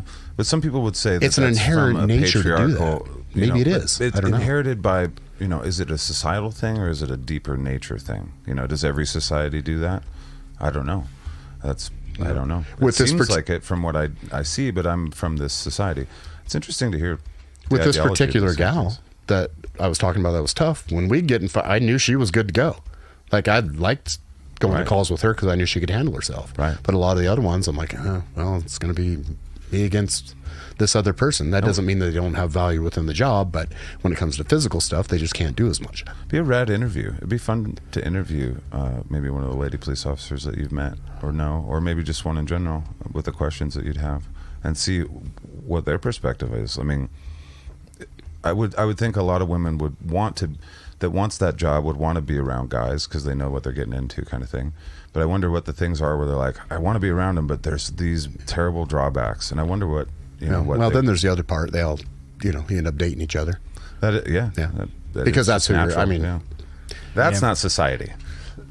That's human. It's just the Yeah. way it goes. Yeah, musicians do that same shit, and it's like, don't ever date people in the band. Yeah, dude. It's My, like, my whole point of that was, everybody knows, and they do it anyway. They do. And then there's ABBA, and then there's Fleetwood Mac, and then you get all these problems. my whole point of that was, initially I had the wrong mindset, and my mindset changed, but it changed because I saw evidence that it could change. That was a cool thing to share with us. I appreciate you saying that. So. Yeah, that is fucking cool. Yeah. I have a question before we leave that, and it's a genuine question, not a loaded question, but the female officers that you worked with, did you find, did they harbor an attitude like I can do everything all the other guys can do, or Depends on the not? person. Yeah. There were some that were that way, and they would tend to get themselves in trouble. Yeah. Just like any guy would do, but that's not different for male and female. Right. There's a lot of guys that did the Confidence same and- things. yeah. Yeah. So I wouldn't say that was a female issue. That was just I've officer issue. heard that as a talking point when people are talking about that aren't in law enforcement, but they're just, engaging in conjecture. And I wondered, since you have actual experience Yeah. with it, I wanted to get your insight on I it. had seen it happen where they wanted to show that they could do anything that the biggest guy out on the road could do. And they would get themselves in trouble time and time again because this just wasn't physically possible. But I saw them learn from that, back off a little bit, and learn how to use their brain and their mouth a lot more, which I'm a big guy. I like to fight. I mean, first couple years of my career, I was fighting every day. It was awesome. Right. I mean, I was a heavy-handed officer for a long time in my career, but that's how you policed back then. I had to change with the times. And, I ended up getting to be I was known. So at one time in my career in Spokane, pretty early on here, I'd been an officer for a while, but I remember a sergeant coming in, and it was me and two other guys with the same first name as me, all in the same platoon. He says, Hefe, Hef, yeah. and Jeff. That's right. And the sergeant comes in, he says, congratulations. I'm like, for what? He says, you guys have more use of force in 6 months. The three of you have more use of force than the whole department combined. 240 officers. Yikes. It's a Jeff thing. And those guys were high-fiving, and I went, oh, shit, that's not good. No. And now, it wasn't just that we were assholes. We were also getting all the big guys. We were number one in drug arrests, gun arrests, all arrests. We That's were out there important kicking context. ass. Yeah. However, You're just punching jaywalkers. However, it made me realize maybe I needed to step back and use my mouth a little bit more than my hands. So I went from Getchell got into another fight to Getchell gave blowjob. You said you use your mouth more. different job. Sorry. Whole different I didn't- career. I didn't We're mean to not out you talking like about that. Different job. We are not talking about, and I needed money. Fuck off. Hey, no pay shade, better. dude. No shade. Get that bag. Side hustle. Now I forgot what the fuck I was going to say. You went you from- learned to use your mouth better from. Yeah, so I went from the guy Getchell got in a fight again to if Getchell hit you, you fucking earned it. Because he's our best talker. Like everybody That's how I loves met him. you. Yeah. Yeah, you were a negotiator guy. Excellent reputation to have. I actually have grown to share your interest in de-escalation just as an art form. That shit fascinates me so much. Like I've been looking into the science of it a little bit recently, actually, and somebody made an interesting point about it, and they said de-escalation only works effectively when there's a threat that backs it up. Not necessarily a spoken threat, but like if you're not able to carry out consequences upon the person or the thing that you're trying to de-escalate, if it should not work out, then your ability to de-escalate goes out the window. So what you're saying is you should hit your kids. Beat If them you say you're going to, mercilessly. Jesus, okay. if you say you're going to, you better back up Just- your threat. So if you just don't want to once, hit your kids, right. don't make that Just threat. go ham one time, and then it's forever. You're make good. it Their Their point was in policing, where they were like, yes, police should be trained in and encouraged to de-escalate, which I believe that they are, and that shit should just continue to become more robust, in my opinion. But they said it wouldn't be effective if they didn't all also have guns or the capability to kick your ass if you don't cooperate. Yeah. Strength in numbers. And I just thought that, How it's long like, do it kind of people- makes sense, but it was an interesting thing to kind of point it out. It's just like, oh yeah. Well, and how long do people really sit around and try to get their kids to get something accomplished, like something simple like clean your room, before they get a hold of them by the scruff of the neck and drag them to each piece on the floor? Pick that up, pick that up, pick Depends that on up, the pick patience that- You know what I'm level saying? of the parent. So at some point, everybody gets there. Take Every away their situation gets there. PlayStation now. That's all. Yeah, but to be able Motivated. to Motivated. to have a suicidal, homicidal, barricaded subject who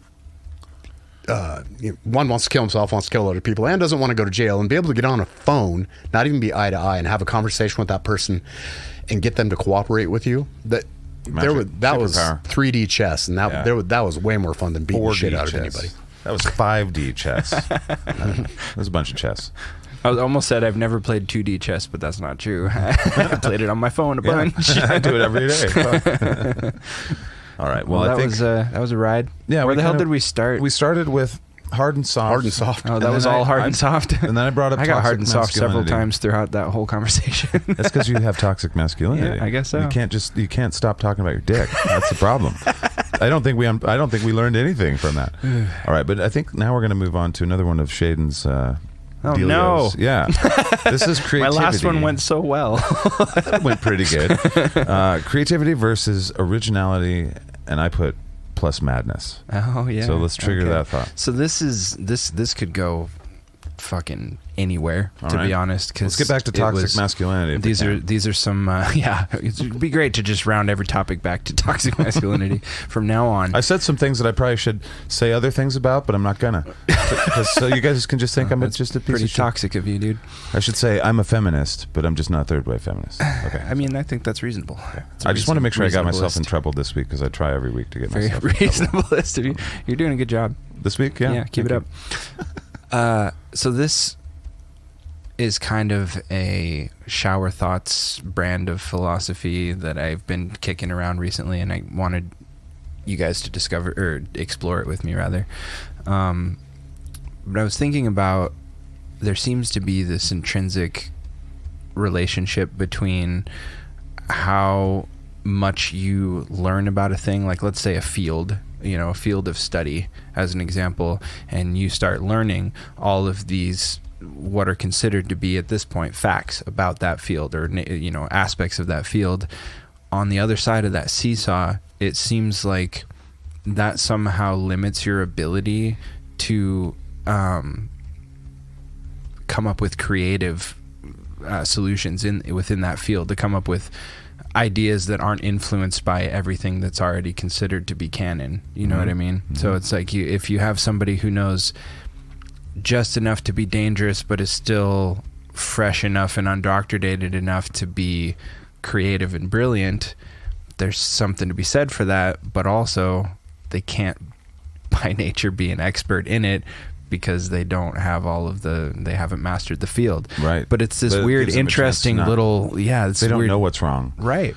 And that's, in some ways, that's an advantage, I guess, is what I'm trying to say. As a guitar player, I know a ton of guitar players are like, I won't learn theory, because the more I'll learn, then I'll just get stuck in a box. And it's like, every time I've learned something new, it's like, it just makes my playing better and makes my creativity better. Yeah. This reminds me of, there's a TV show called Stargate that I like, that I've talked about on the show before. Yes. And there's I won't say all the names and stuff. There's a race of aliens that's way advanced beyond all of us. Their names, their races, their birthdays, their home planets. You want to know the spaceship they were on?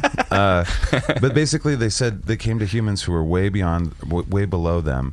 And they said, we need your help, because the solution to this problem we're too smart for. We need you guys, because we know all the technical things, so we won't be able to come up with it, because you guys don't know, and that chance of just crazy, like, random stuff. We need your help. So it's kind of like, you're saying I'm not the first person to think of this. Fuck.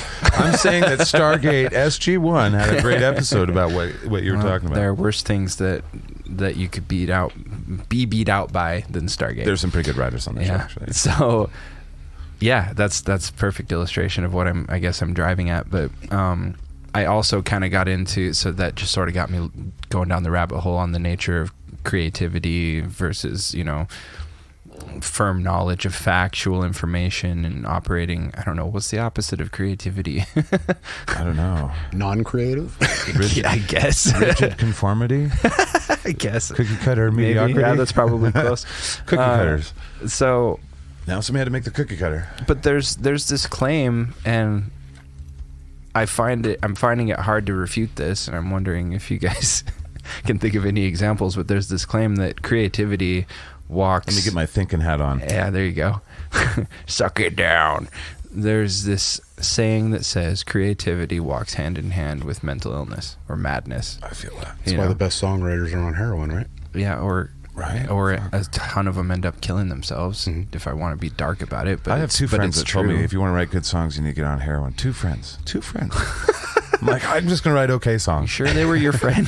I know one of them for sure. You're not going to live very long, but you'll be a legend. I know for sure one of them's my friend. Well, I know that to be true with myself. I'm a basket case on the inside in a lot of ways, and I just have learned or developed enough coping mechanisms, not apparently to talk, but to keep myself together to act a functional degree. And this isn't meant to be like, oh, poor us, we're creative, so you should pity us because we're all head cases and sad boys all the time. They wouldn't anyway. They'd be like, fuck you, dude. Yeah. You guys already talked earlier about how nobody cares about your problems. But it's more to I don't know, I just find it fascinating that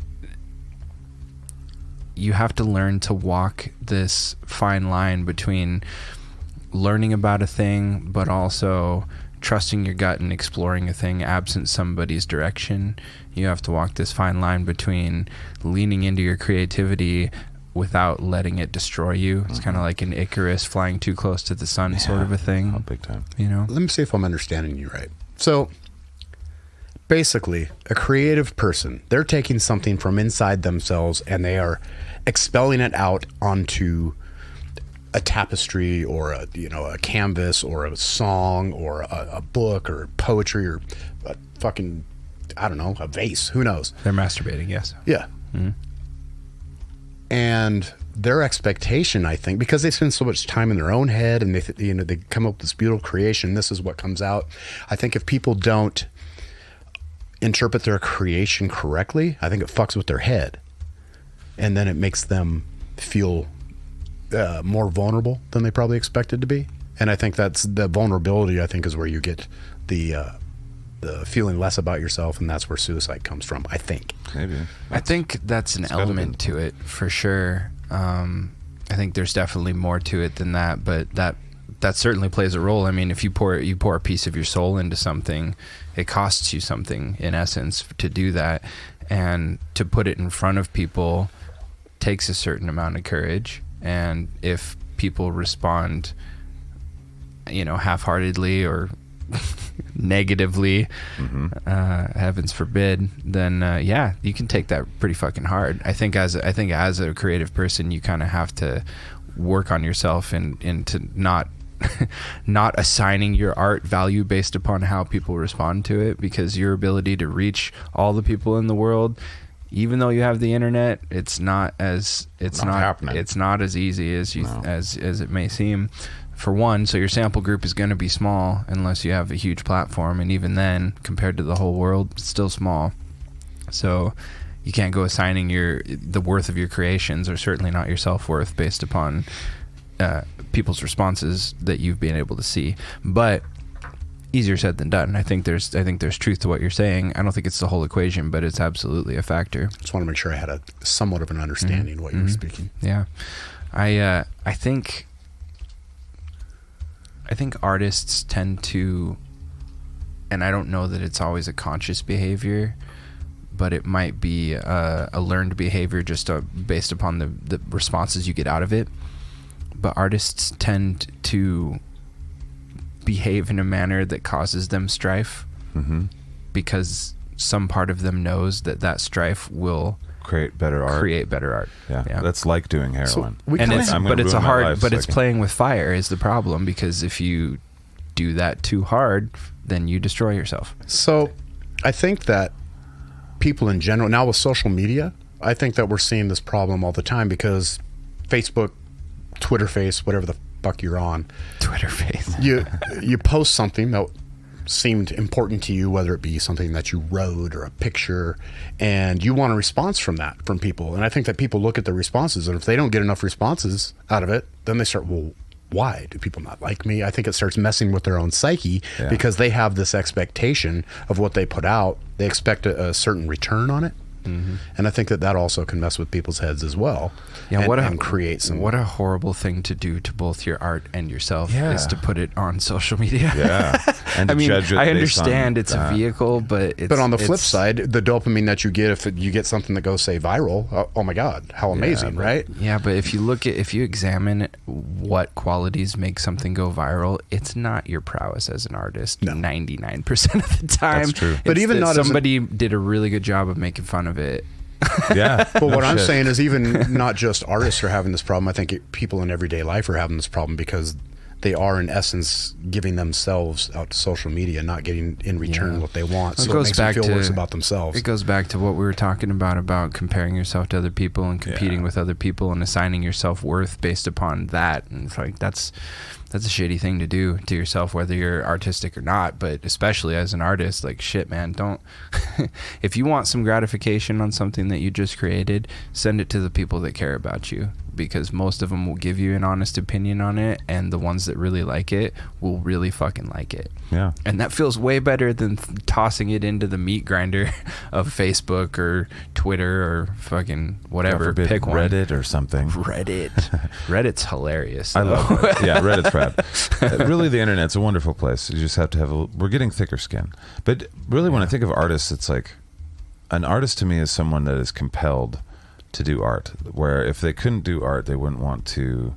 Obviously, there's people that do art that don't feel, aren't psycho about it and stuff, but an artist is somebody that's like, I got to do art, you know what I mean? So you do art for the art's sake.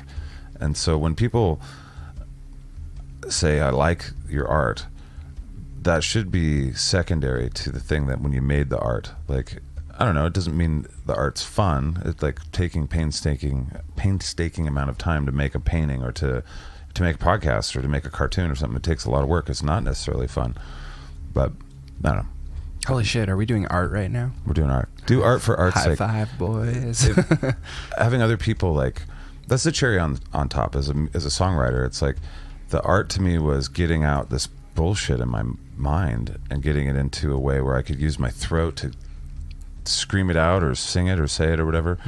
And to me, all of the magic that came from that happened in my basement or my bedroom or some shit. And then when somebody says they like it, it's just a little cherry. It's the nuts on the top. There is something special about performing. That's a whole nother thing. When you perform it for people and they like it, that's a whole energy thing and stuff. But for the art of making it, like a painting and stuff, like I imagine the artist is most satisfied. Most artists are most satisfied when they see it done or in the process of doing it. And then afterwards, when they have people say, I like it for this reason, like I really appreciate it when people say, you know, your song means a lot to me and this and that. Big time, it means the most. Yeah. But it also still changes it somehow. Like what they're saying changes the meaning of the song to me somehow, and it's I don't know. So it's a strange thing. I certainly want people to appreciate the things that I create. Like, I think it would be dishonest to be like, oh, yeah, I mean, I'm glad that you like it, but I did it for me. Right. That's not true. I did do it for me, I like but cherries. I didn't do it only for me, you Right. know.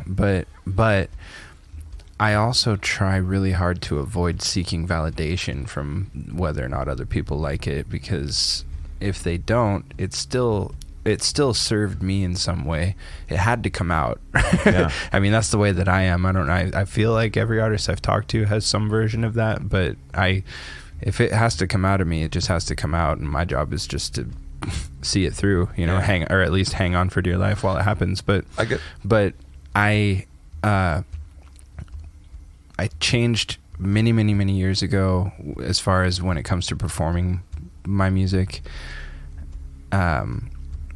into thinking of it more as a beacon and less as a thing that I put on the shelf for people to look at. And what I mean by that is it's this, you know, bat signal that I turn on, and it's tailor-made to attract people that resonate with whatever piece of my soul I put into that particular piece of music. Yeah. And I mean, fuck me if you guys aren't a result of that to some degree, you know. Right. Like, I don't, if I hadn't been out there doing the musical things that I have been doing, very solid chance we wouldn't have met unless Jeff pulled me over or something. Something like that. It wouldn't have been as nice to Most though. of my friends I have arrested. He wouldn't have let you move in though as much. So I guess, and that shit is the most valuable to me. If I got nothing else out of my music other than attracting a certain type of people that resonates with me on deeper than a surface level, that's more than enough, you know. And so figure out, if I'm going to turn this into a piece of advice, I guess, figure out what it is that you want your art to provide you, and you can borrow mine if you want it. I think it's very valid for a lot of people. And then measure it based off of its ability to do that for you, rather than whether or not people like it or blow it up or pay you lots of money to do it. Yeah. Of course, it's nice if that happens, but like you said, Zach, it's just a cherry on top at the end of the day. The most important song I have in my life that I've written, it has a bunch to do with my mom and a bunch to do with my brain, and I've played it like 5 times total live, and I can't really get through it, and I probably will never record it, and you know what I mean? It's like, so I don't care if anybody, you know, and so I try and look at that at the songs I put out too. It's like, what does it mean to have it out there? Like, on some level, it's, some of my music has offended people, and some of my music has helped people, and some of, you know, it's weird to wrap your mind around all those different things. So to me, and I heard another songwriter say this too, so this is like me kind of living through that and seeing how I like it or whatever. But yeah, I mean, I really do. I make the songs for me to get it out, and I don't imagine people liking it. I imagine that they'll like the notes. That's why we try and make catchy music and make cool sounds, because we've got these great musicians in our band. But when it comes to the lyrics and stuff, I'm like, no way people are gonna like it. Every time I say 90% of people that listen to music don't listen to the lyrics too. So, right? There's Except for guys like me, but that's where the lyrics is what's important. Yeah. And that to me, that's where the therapy is too. That's where it's like, I gotta get this out. Well, and I can, even then though it's I'm all not, stupid shit that I wouldn't write, consider myself an artist, but I mean, how many years have I been trying to put positive shit out on the Facebooks? And Getch paints with blood. Yeah. Well, and I can remember coming to you going, hey, I got this idea. I'm going to do these, like, you know, midnight affirmations, just try and throw it, like, these are thoughts in my head, things that I've thought. And if I've thought it, well, there's got to be a gazillion other people. I mean, I got an 8th grade education. These other people are going to need to hear it too, right? So I'd put it out there, and I was expecting a response. And thus the seed for Just a Ride was planted. It really was. Yeah, well, for whatever fucking reason, If we're being I honest. expected a response, and didn't get what I wanted at first. And I would, not offended isn't the right word, but almost like, do people not understand, or do they just not give a shit about their life? You were crestfallen. You're welcome. I'll have to look that up. It's Google? almost the same. Fucking A. Anyway, so I think that anything that anybody puts out publicly, they expect something in return in their subconscious. Yeah. Yes, And I'm it's very true. certain that And you that's have how to- I feel, but but you I'm have to- trying desperately not to feel that way. I think that when you recognize it, it's easier to go, no, I'm just going to say what I have to say, or make the art that I have to. Yeah. And there's going to be people that appreciate it, and there's going to be people that don't like it, and some people don't give a fuck, and some people won't like me for it because they think I'm talking at them. How many times have I had people hit me up, are you talking about me? I'm like, dude, I hardly know you. I know your name because it's, Right. you know, it's in front of my face, but I actually don't even know you. Yeah. But if I reached you, if you think I'm talking about you, it's probably something you should pay attention to. Yeah. Which was always my answer. It's like, if you think it's about you, then it is. Yeah. Probably. But it's really about me. But you're just feeling some of the same shit that I am, and that's good. That means I'm not too far out there. Right. I'm a human, and I'm going through human shit like you. Well, and little kitty butthole I'll put at the bottom of all of this. That doesn't necessarily mean that you shouldn't be capable of listening to criticism of whatever your creative Absolutely. thing is, Right. and adjusting your approach. It doesn't mean you have to do your art the way, oh, so I think you should do watercolors instead of charcoal because you clearly suck at charcoal. That's not what I'm talking about. Right. But when somebody goes, hey, I like that, it seems like it's missing this, or like I really was expecting this and it didn't happen. Fuck you. Yeah, no, don't do that. Think Okay. about it. Sorry. Well, and then if they're totally up their ass, then yeah, tell them to fuck off. How do you know? But how do you know? Either way you go, just trust yourself and experiment along the way. Like, you don't have to take everything as it's handed to you. Like, Best advice I can give you is don't listen to a word I'm saying. Ever. Don't trust this guy.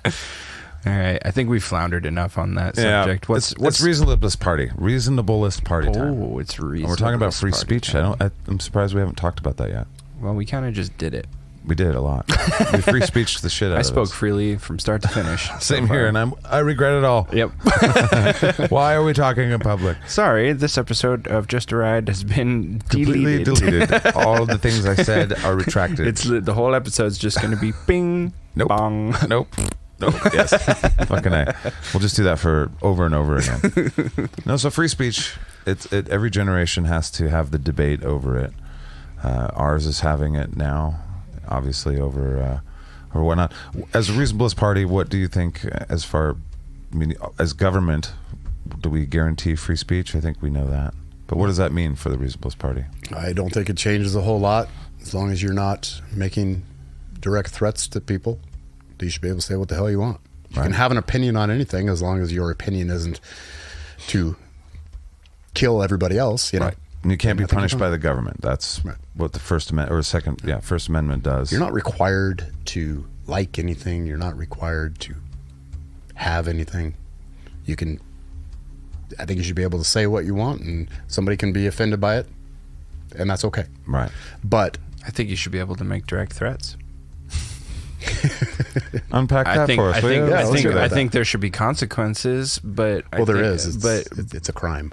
Well, no, I mean, if you threaten me and I kick your ass, that's within my right to do that. Right. You know what I mean? Or if you threaten my family and I threaten to bury you for threatening my family, I don't think either one of us should go to jail for that exchange necessarily. You know, like. I think it should be taken into account if something does happen. That's like, oh, well, there was intent that went along with this, so that changes things. Well, those are. But all, I mean, people got to be able to say what they're going to say, man. Those are already encompassed within crimes, right? Yeah. There has to be some validity behind what's being said. Mm-hmm. Okay, let's go bigger. What limits to speech are there in society? And if Reasonableist Party has an influence in the world. We want, as the government, we're going to say you can say what you want without repercussions, barring, creating insurrections or whatever, and maybe not even that, according to that. But what kind of culture do we want? Like free speech for a company is a different thing. Like you can't shout your religious beliefs at every business that you work for. The Twitter debate where people are saying, well, this is a private platform, and they have every right to deplatform whoever they want, and now a new person owns it, and does freedom of speech even cover the private space? Is it just the essence of freedom of speech? It's there's a lot of nuance in all those instances, I think, because and I might be contradicting my statement just a minute ago by saying this, maybe I'm kind of unpacking it in my head still, but if every single time something is said in a certain context, it causes danger and damage, then perhaps it shouldn't be allowed. Right. Like people like to bandy about you can't yell fire in a crowded theater. Right. Well, unless there's a fire. Unless there's a fire, yeah, right. You can if there really is a fire. You should. Yeah. But I see that it's like I see the argument that can create all kinds of problems, damage, and potentially death because of the panic that ensues immediately afterwards. Although, realistically, if I was in a theater and somebody yelled fire and I didn't see fire, I'd be like, "Shut up!" I'm watching the movie. God damn it! So I don't know that it would be this sudden panic that everybody likes to make it out to be. But I don't know. It's a weird argument, actually, when you break it down a little bit. It is, but my point in using that as an example is I understand the argument that. We don't want to have a high degree of tolerance for people that are just fucking trolling in essence, and then they're causing damage, right? Like real, potentially existential damage. But I also understand the other side of the equation, which is once you start putting asterisks on free speech, it becomes a slippery slope. And where does it end? And it's a changing group of folk that will be in charge of deciding. Right. And it could be good one year and bad the next year kind of thing. It could be good for you one year and bad for you. You know what I mean? Yeah. So. And I guess my point of view on this circles back largely to our conversation about allowing some bad in service of a larger good. I think free speech is an excellent example of that, where it's like, I think being allowed to say what you want to say, even if it's a shitty thing, is so important to protect that we should be able to tolerate the shitty things that some people will say as a result of having that freedom. I think that's super fucking important, but I could see certain things, certain way. Like I don't know. Obviously, my stance on the threats thing is a little weak. I could understand if you guys could probably convince me otherwise. On like, well, you can't run around telling people you're going to kill them without getting in trouble. Right. Okay. Like it depends on the trouble for me, I guess. It's just like what kind of trouble are we talking about? But no, it's different though if it's a sock account and it's like a picture of a cat, a cartoon cat, and then or if it's your name and you're like, hi, James is going to come kill you. It's different. Well, and as it pertains or is it? I don't fucking know. As it pertains to private companies too, that's a whole other thing. It's just like, well, I understand if you're accepting money to do a job and your job agreement with that company says you will conduct yourself this way or else you won't have a job anymore.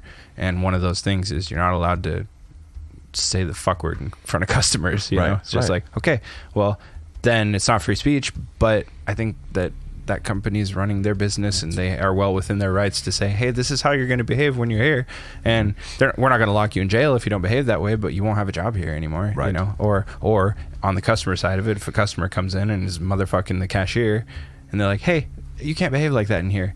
Oh, I can say whatever I want. Yeah, you can outside. Yeah. This is my house. It does seem like people get confused with the free speech as to what it is. It's like you don't have free speech in Arby's. You don't have free speech in Walmart. You don't have free speech working for any company. But you do have free speech if you go to a college campus. You do have free speech if you use the specific government airwaves, or if you go down to City Hall or whatever. That's where free speech is protected, right? Yeah. So, but the essence of it, it's like we want companies to be better than the government at those things. They can't guarantee protection. But when you see a thing like Twitter, I do want all the ideas out there. And for the main reason I want all the ideas out there is so that I can hear them. I don't want people taking away my right to hear things. And the reason I want to hear bad things is because I know that society, the best disinfectant is light. Bring bad ideas out to the light. Yeah. So if we've got these bad ideas that are out there and we put them all on Twitter and we talk them and we make fun of the person and we ruin it, and it's gone. And that idea has been destroyed by the public. That's better, and whatever strife happens through all that, than if that goes underground for decades and becomes this festering idea that hasn't been checked by the public, and then you get a bunch of weirdos that live out in the woods somewhere that are fucking anti-something and think the end is coming. So freedom of speech gives us protection from weirdos in a lot of ways, because they out themselves, and we as society on a place like Twitter or Facebook or whatever, we can look at it and say, well, that's weird, or that's good, or whatever. And when we limit that to the arbitrary ideas of these people that maybe we elect, maybe we don't, maybe just own a company or whatever, I mean, what happens? Then they decide what ideas are good and bad. And some of those, for sure, some of those bad ideas will not get the disinfectant of society looking at them and saying, that's stupid. We're not racist. Get out of here. We don't believe in, what the Nazis believe. We don't believe, all those ideas should come out. And here's the thing. To die. I got to bring this up. It's not a crime to be a racist. Of course not. Yeah. It's not a crime. Right. You can say racist stuff. It's not a crime. It just makes you a cunt. Yeah. You can be, makes you an but idiot. It's not a crime to be a cunt. Yeah, it's not. I'm not saying it's. I'm not saying. Nor should it be. I'm not saying I agree with the thoughts. Right. But you should have a right to say it, as long as you're not threatening somebody else. I think that threatening harm or what you're saying isn't actually going to hurt somebody else. You should be able to say your opinion. Well, free speech isn't for the weather. It's for harsh stuff. Yeah, but if I say something and you're offended by it, that's not really my responsibility. I shouldn't be stopped what I'm going to say, what I'm saying, because it had offended somebody. Right. If it wasn't a threat to you, you may not like what I say, but I should have the right to say it just the same as I read shit that I don't agree with all the time. In fact, I think they're blatantly wrong. I'm not offended by it necessarily, but they have the right to say it. Right. They have the right to think it. I have to decide, do I want to try and change their mind? Generally, no. Mm-hmm. But if you have the open dialect,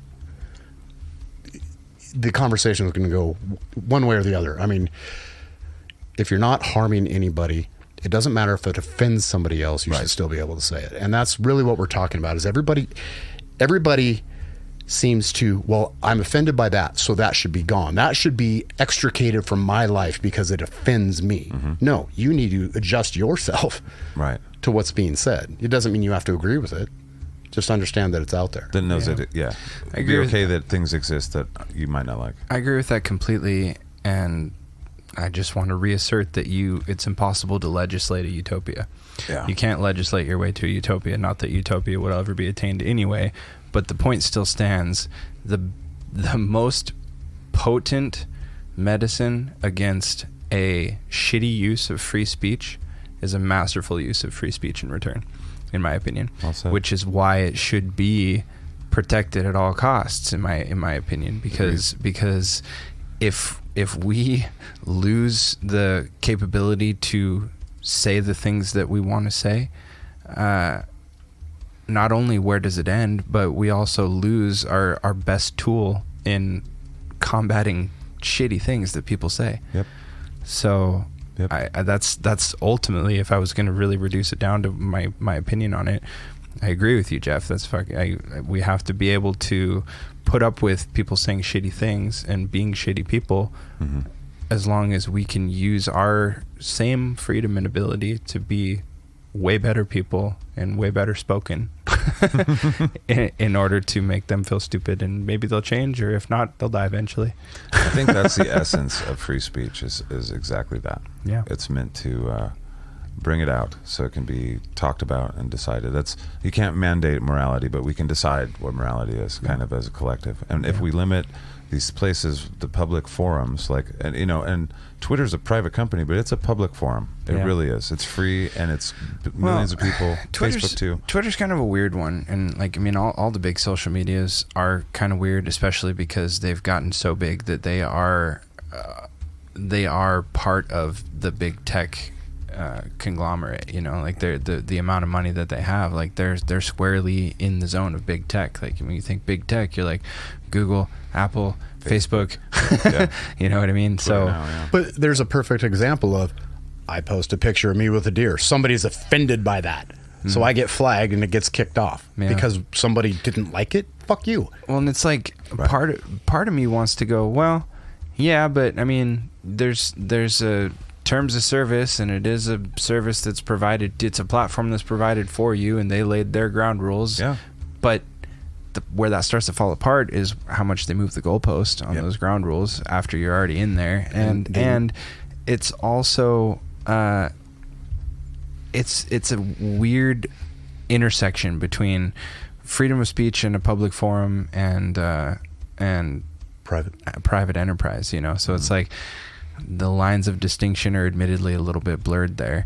But if you started Twitter tomorrow, you want control over Twitter as to what you want on your company. I guess it would depend on my mission statement, but you don't from have the outset. Right. If I'm for people, if they build something like that and they're like, say what you want. Besides, we don't want to see any fucking child porn. We don't want to see any porn or whatever Obviously, it is. But don't commit crimes. Yeah, don't commit any crimes. But if I started Twitter tomorrow, I'd want people to be able to have that. I want a robust marketplace of ideas, and people will get rid of the dumbasses, and they will teach the dumbasses. That's and whatever. Good stuff. Yeah. Reasonable Party is easy. I don't really get the whole thing with Elon Musk, like everybody being all bent out of shape about it. Like one side of my Brian, your Brian, my good old Brian up here upstairs, is like, this is a super intelligent, arguably probably autistic, in a brilliant kind of way, dude who is taking on big tech. Like, why? There's so many people that are like, fuck big tech, we need to tax the rich, eat the rich. And then this guy who is one of the rich, admittedly, that's the problem, but he's fighting the rest of them. I love wild cards. I'm like, because he has the ability to, and that's great. Chaos. Yeah, Let's exactly. go. The wild card is, as a libertarian, you're like, that's the only way we can fight the big things. That's it. If he was getting on there and saying, I want to censor everybody, and we'll wait and see, I would be against that. But his point seems to be that he doesn't want to censor. He's bringing people back on to be part of the marketplace of ideas. And there's some people that hate those ideas a lot, And some of them think that those ideas are dangerous, and they fall into where they wouldn't be free speech, I guess, or would be against. Do you think any ideas are dangerous, Zach? Any of them? I think human beings are dangerous. So I don't know. I mean, I don't even know how to. Not necessarily. Within the hands of somebody, anything can be dangerous. I guess. What about you, Jeff? Do you think any idea is dangerous? I think that the whole idea of society is dangerous. I think that the society that we've created, society or society, society, well, the idea of society, the rules are dangerous. Yeah, the rules and morals of society. You know how I feel. It goes exactly against what we are in nature. Yeah. Eventually, nature's going to win every time. Entropy, baby. It's more dangerous to not discuss ideas than it is to have, we need to talk about these things. Yeah. If we don't talk about them, then bad ideas will just get good people behind them. You know, it's how a lot of things work. All right. We only have a little bit left. But that's easy. There. Reasonablest party, as far as, free speech. It would be a government thing. 2 thumbs up. Yeah. We're obviously going to uphold what we have now and maybe try and make it better if we could. All right, fuck this, yay this. This is being offended. Yeah, this falls right into what we were just talking about. This is Jeff. Jeff wants to talk to you offended people. These are not my words, but they resonated with me. It says, being offended. Offenses taken, not given. What you take from what I have to say is your responsibility, not mine. Yes. I believe that wholeheartedly. Now, I can be a cunt and intentionally hurt somebody's feelings, but at the same, and they might get mad at me. But if at the end of the day, it's your responsibility to deal with being offended. I said what I said. If I said what I said and I meant it, you're going to be okay. You may not like it. Figure it out on your own. Example, I was actually, I was on it was a Facebook forum, and it was some fitness thing that I'm on. And there was kind of a joke where it was a picture of a guy who's probably 6 foot, 120 pounds, and just, I'm like, oh, a Suboxone boy. And it's like, how do I get a body like this? And that was my comment, Suboxone and an occasional corn dog. Well, I got some laughs out of it. It was meant to be a joke. And then somebody got on there and was super offended. Right. This guy's like, well, I look like I'm twice as big as you, and I'm on Suboxone, so it doesn't hurt my body. And so I expect an apology. And I'm like, why the fuck would I apologize about something that I meant to say? Do I know you? Yeah, first off, it was funny. I thought it was funny, and jokes sometimes are risky. Yeah. First off, it was funny. Secondly, I didn't say shit about anybody being on Suboxone. It was very much, do you want that kind of body? Yeah. Suboxone and corn dogs will probably do that for you. In fact, I support people that get off heroin or off opiates and get on Suboxone or Subutex or methadone or whatever. That's a good thing. Mm-hmm. It's a fucking joke. You can be offended all you want. I'm not going to say I'm sorry. That's not my problem. That is your problem to deal with it. Right. What's funny is ultimately he and I got into it, ended up talking privately, and I'm actually going to start helping him get off Suboxone. So. Yeah, that's really awesome. Kind of a cool thing. Well, great way for that to end. Yeah. You were offended that he was offended. Was I offended? No, I wasn't offended. It was just fuck you. I'm not going to apologize for something I meant to say. Sounds pretty offended to me, bro. What is being offended? When you're offended, is that just displaying your morality over someone else's, or is that? I guess there's a bunch of different ways to be offended. I'm trying to think about it. I'm not offended until I take my gauntlet and throw it upon the ground. Smack a guy. Sabers at dawn. Well, there's a lot of people that are willing to be offended on behalf of other people. That's what's weird. It's just insane. That's what's strange. Yeah, the Mocha Mafia, mostly. Yeah, okay. Yeah. There are a lot of people that want to, I guess that's virtue signaling, and that's all these things. I don't know. It seems to me that it's a big display of like, I've noticed that you're not as good at this life thing as me, and so I'm showing you that I'm offended by your stupidity, and I'm also telling you that, like, with this thing and like what we've been through with the band, it's like, I'm better than you, and let me show you how. First, you need to capitulate to me and bow to me, and then you can fix it, maybe. But we might just kick you off the island. Yeah, and I'm going to teach you how to be more moral, like me. That's the vibe I get from the offensive people now. I get being offended by things that you see something that you don't want to see. Like, I can get why people would be offended by the dead animal that you might share on Facebook. A lot of people, I don't. That's but, just, well, that's their sensibility. That's their moral priorities, and that's fucking fine with me because I'm kind of that way. I'm not offended by it, but it's like, oh, Bambi, I just like, no, Bambi's dad. Oh, Bambi's dad. I don't want anybody related to Bambi to die, or the thumper, or the birds, But I know where my food comes from, and I get it. So, but I get why people would be offended. I don't know why they would want to be that way for themselves, though. Like, understanding how the world works would make it so you're less offended about that kind of thing. And with people talking, too, it's like, it's understanding that people have different moral sensibilities, moral priorities. Some people like collectivist life better, like living in cities and like working as one, and some people like living out in the woods by themselves. And it's like, people that are offended by each other don't see the moral differences. I think that, I mean, we've all been offended by things in our lives. I'm sure I can't think of the last time I was offended by anything, but that might have to do with my career that I chose. Right. You know, I mean, I'm used to being called names and having people threaten to kill me, etc. But usually when someone's offended, it's because they're offended at the truth of what's being said. And they have to face something. There's something that they have to face. And then that word isn't and change. Offended isn't the word. You know, embarrassed or infuriated over calling them out. Or having to face something that, gee, maybe I should look at and change. I think it's perfectly normal to find some things offensive. I don't think you can go through life without looking at some things and going, oh my fucking, I don't want that anyway. I want away from that and everything to do with that. But if you're offended offensive to me. But if you're offended by it, you don't spend all your time talking about how offended you are. You avoid it and just say, I'm not going to have that as part of my life. That's exactly where I was going with that. Is the rational response to that is to distance yourself from it. And I would also say, take a second or 2 or 10 to examine why you have such an aversion to that thing. Yes. And it may very well be valid. Like maybe you maybe you're offended by it because of some experience you went through that cannot be changed and that left a mark on you, and you're like, I just don't want to have to deal with that, so I'm going to get away from it. That's fine. Get away from it. But just because you're offended doesn't mean you're entitled to retribution. Right.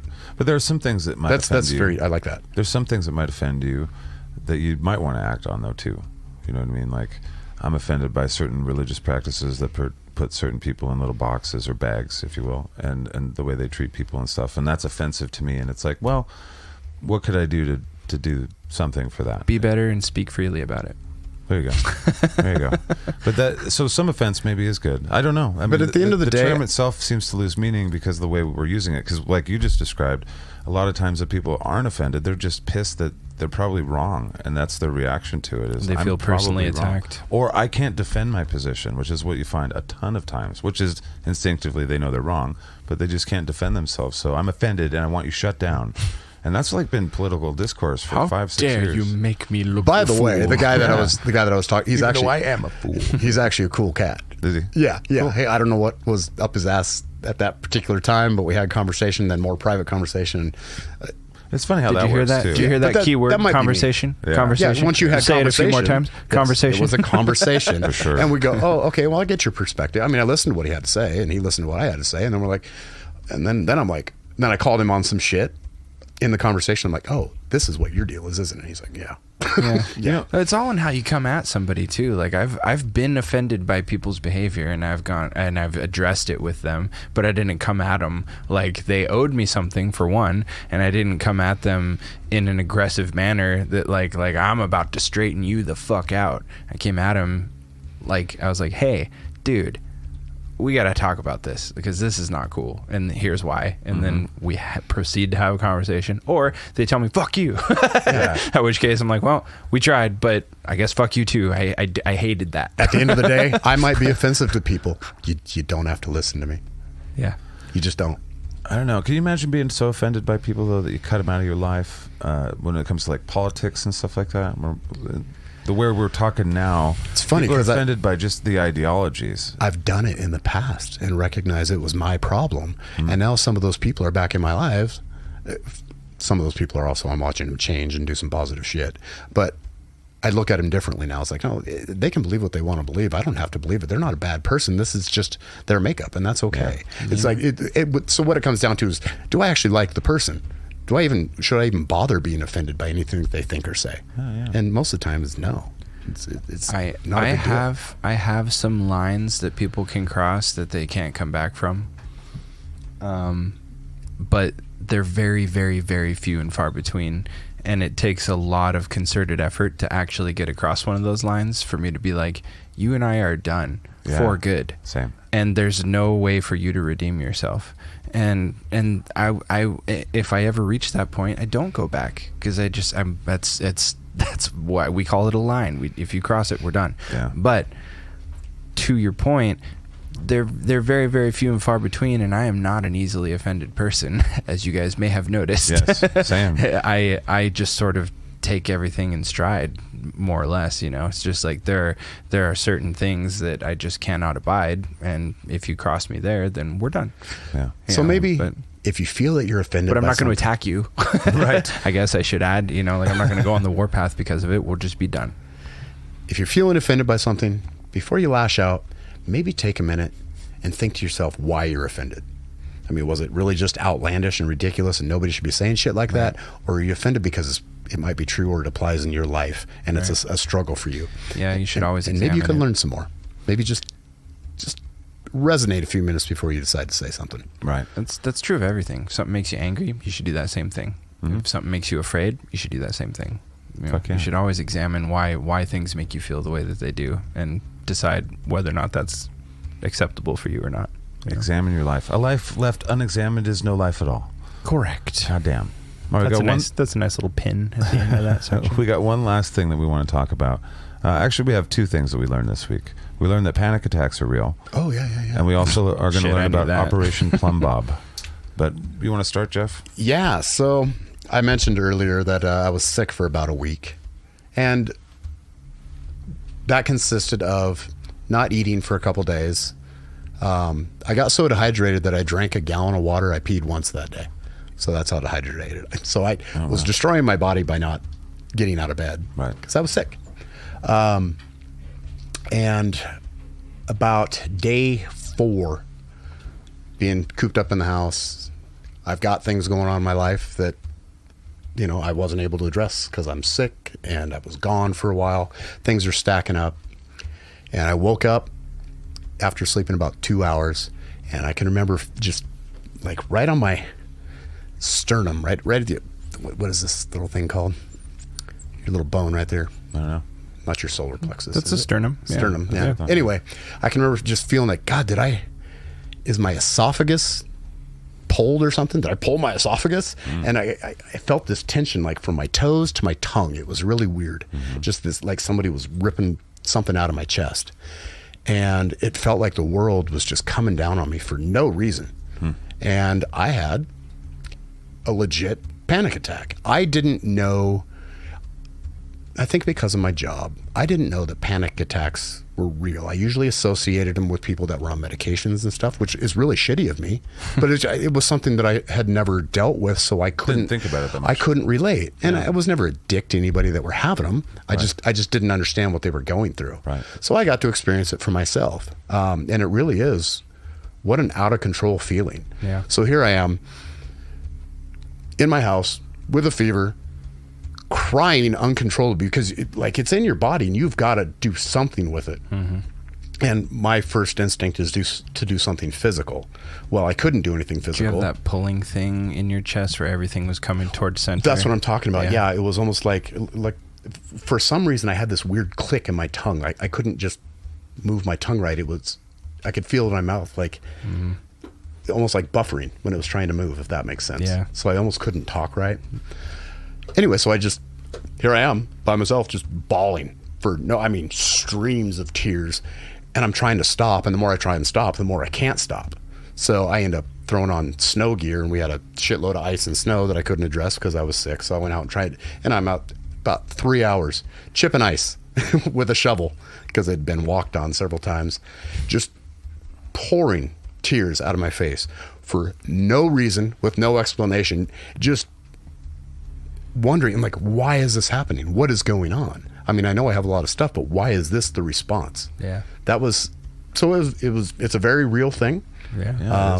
I don't want to do that again. That really sucked. Yeah. And anybody that deals with that on a regular basis, if I haven't seemed compassionate enough about it, fucking sorry. That sucks. Yeah. That's really shitty. And now I have a perspective to draw from. So I'm glad that I had the experience. Yeah. As shitty as it was, and I don't want to do it again, I'm certainly glad that it happened. Well, now you can sympathize and empathize. Now you know why I say I wouldn't wish that on anybody. You know, like That was some feeling, bullshit. that feeling, like it's you can't really describe it the way that it feels accurately unless you've experienced it. You just don't really And I'm just get like, it. You know? I had to accomplish something in my day.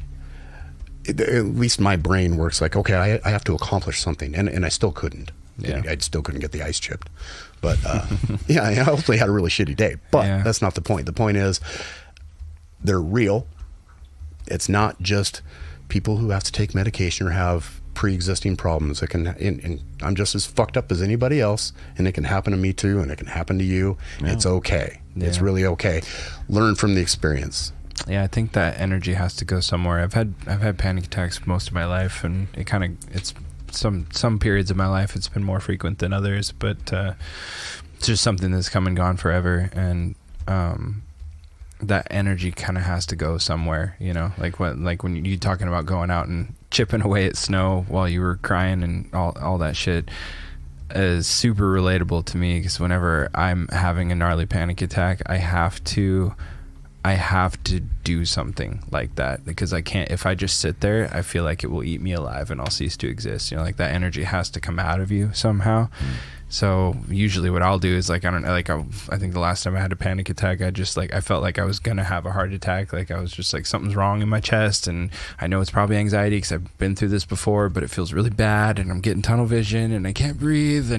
And so I just like walked over to my chin up bar and started just crunching out chin ups on this thing. Not because I'm like, exercise will make me feel better, because it's not like depression. Like exercising doesn't make it go away. Unfortunately, there's nothing except just going through it and trying to keep in mind this is just an anxiety attack, it's going to pass. But you still have to get that fucking energy out somehow, even if you just pace around, or you know, like you got to do something. And one of the things I realize is, I mean, it made me recognize, like, I really am. I'm an extremely passionate human being. When I'm happy, I'm really happy. When I'm sad, I'm really sad. You don't say. Yeah. And I always have to be doing something. I have to occupy my body and my mind all the time. And when you can't do that, that created a huge storm inside of me that I don't remember ever having a fever for 7 days either. So I'm sure there was a lot of physical things going on, because I wasn't eating, I wasn't sleeping, I wasn't drinking, I had a fever, you know. But it still, had it. But it still uncontrollable occurred, and ultimately somehow I was able to turn it into a good thing. Yeah. It's like, Well, I had the eventually experience. it subsided. Yeah. And it's just it just gradually starts. It went into the next day a little bit. Really? But yeah. Yeah, I kind of get whenever I have a gnarly anxiety attack or a panic attack, you kind of get a hangover from it. It's like a sort of a hangover. Like it's just like you get these weird little aftershocks, and you'll just feel kind of off for a pretty lengthy period of time afterwards. Like you don't feel like you're immediately going to die, which is good. Nice new change. Yeah. But yeah, I think it takes it's hard on you, man. It takes a toll for sure. Sorry that happened to you, dude. But I mean, It was good to take. I'm glad that you're able to have a greater degree of empathy after going through it. But I still wish you wouldn't have had to go through it, because I know how bad it sucks. I feel worse for my dad, because he called, and Polly, you know, Polly came over and she's like, what's going on? And I'm like, I don't even know how to explain it. But here's what it is. And so I think it's just a panic attack, but and she knows all the shit I got going on in my life. Yeah. And like, it's all this, and then this on top of it, and Being sick. being stagnant, not being able to do anything. I think that's what created it. Yeah. But now I got to get through it. It's kind of a weird thing too, because at least in my experience, like I could be going through some stuff and then have a panic attack, but it's not necessarily about the stuff that I'm going through. You know what I mean? Like I'll tell people close to me, like, oh, I had this gnarly panic attack last night and it was a rough one, and they're like, oh, well, what's bothering you, like what's going on? I'm like, well, nothing that's any worse than shit I've dealt with without having a panic attack before. Right. It just happened, you know. And from my one experience, I guess it's just the set of circumstances of what happened over the last month, which was a lot of good things, a lot of bad things. You know, I was on hunting and fishing and having a great time. Part of that was I wasn't with my dad, and he'd had his surgery, but there's just all these things going on, but then when it was time to get home and get things done, I couldn't. And not being able to be a doer might have triggered Probably it. a combination of all of that. Yeah. That's such It was interesting. Yeah, I mean, your life is in a brand new place after 3 decades of being in one specific place. Yeah, there's probably a lot of that in there too. It's gotta be. And But- that was the other thing is I've decided that, you know what, I should probably go talk to somebody. Yeah. Not because I'm suicidal or depressed, because I'm not. In fact, in my life, I've never been happier than I am now. But that doesn't mean that change doesn't bring new stresses. Big time. Things that I have to relearn how to live my life. Yeah. Because it's different. And talking to somebody that you don't know that has some training, hopefully lots of training on these kind of things, is super valuable. Well, and It's like talking about you specifically too, you have more space in your life than you've had in a long fucking time. Yeah. Yeah. So like when you're busy constantly and in the game constantly. Yeah, for you don't 27 years, I averaged. You don't have the room to really unpack all that shit like it deserves, you know. So once you enter a period of your life like you're in now, where you got some space, that shit can kind of creep in, and it's like you have to address it sooner or later. You gotta settle that debt, you know. There's another thing I thought about too. Is, We'll keep him busy on Jar. We'll do some Yeah. bonus content. Join us, got join you, us bro. on Patreon, and we'll get him busy on doing a ton of things. It'll be fun. Work you like a speed bag. You know, the other thing too that I thought about is Wear him like a feed bag. so I'm finally in a place in my life where I have somebody in my life that I can be that vulnerable. Aw. The sweetest thing you've ever said about me, dude. So I think that, you know, maybe it was part of that too, where I finally got to just Oh, Let go yeah. of some There was stuff. no way you were able to do that. And yeah. no, in any time in my past, and in the job, you know, I mean, I averaged working 40 to 60 hours overtime a month. Yep. You know, I was a workaholic, really. I remember we lived together, and Never saw him. I saw you 3 times a week That's about right. Yeah. between our work schedules. All right. So anyway, to the other part of that is to people, counseling, going to talk to somebody. It's not a bad thing. Don't be No. afraid of it. Not at if all. you even consider it, go fucking do it. Yeah. Because it's probably important. And they are not fixing you. It is a third party to go talk to help you work shit out yourself. Yeah. Don't expect them to do it for you. You still have to do the work. But don't tolerate Expert them if they advice. suck at their job either. Right. That too. But they're likely an expert, and definitely give them a chance. Yeah. So, but you know, some people suck at their jobs. True. All right, last little Sad but bit true. of our little Just a Ride number 23, Michael Jordan, Operation Plumb Bob. Operation Plumb Bob. This So has to do you with guys haven't nuclear heard of stuff. this, huh? Uh-uh. I hadn't either until this week, obviously, because it's the things I learned this week. But it's short and sweet, and I thought it was fucking awesome. So Operation Plumb Bob was a series of nuclear tests back in late 1957. I am reading here. Is this in when they my- blew up in the my notes. stratosphere? No. Okay. Well, it has to do with the stratosphere, but no, it wasn't. Okay. It's not the thing you're thinking of. All right, so there's some background to this that I'm going to skip because I want to get to the meat and potatoes here. But this dude in 1956 named Dr. Robert Brownlee from New Mexico was asked to examine whether nuclear detonations could be conducted underground. So this was going to be the first subterranean test of a nuclear device known as the Pascal A.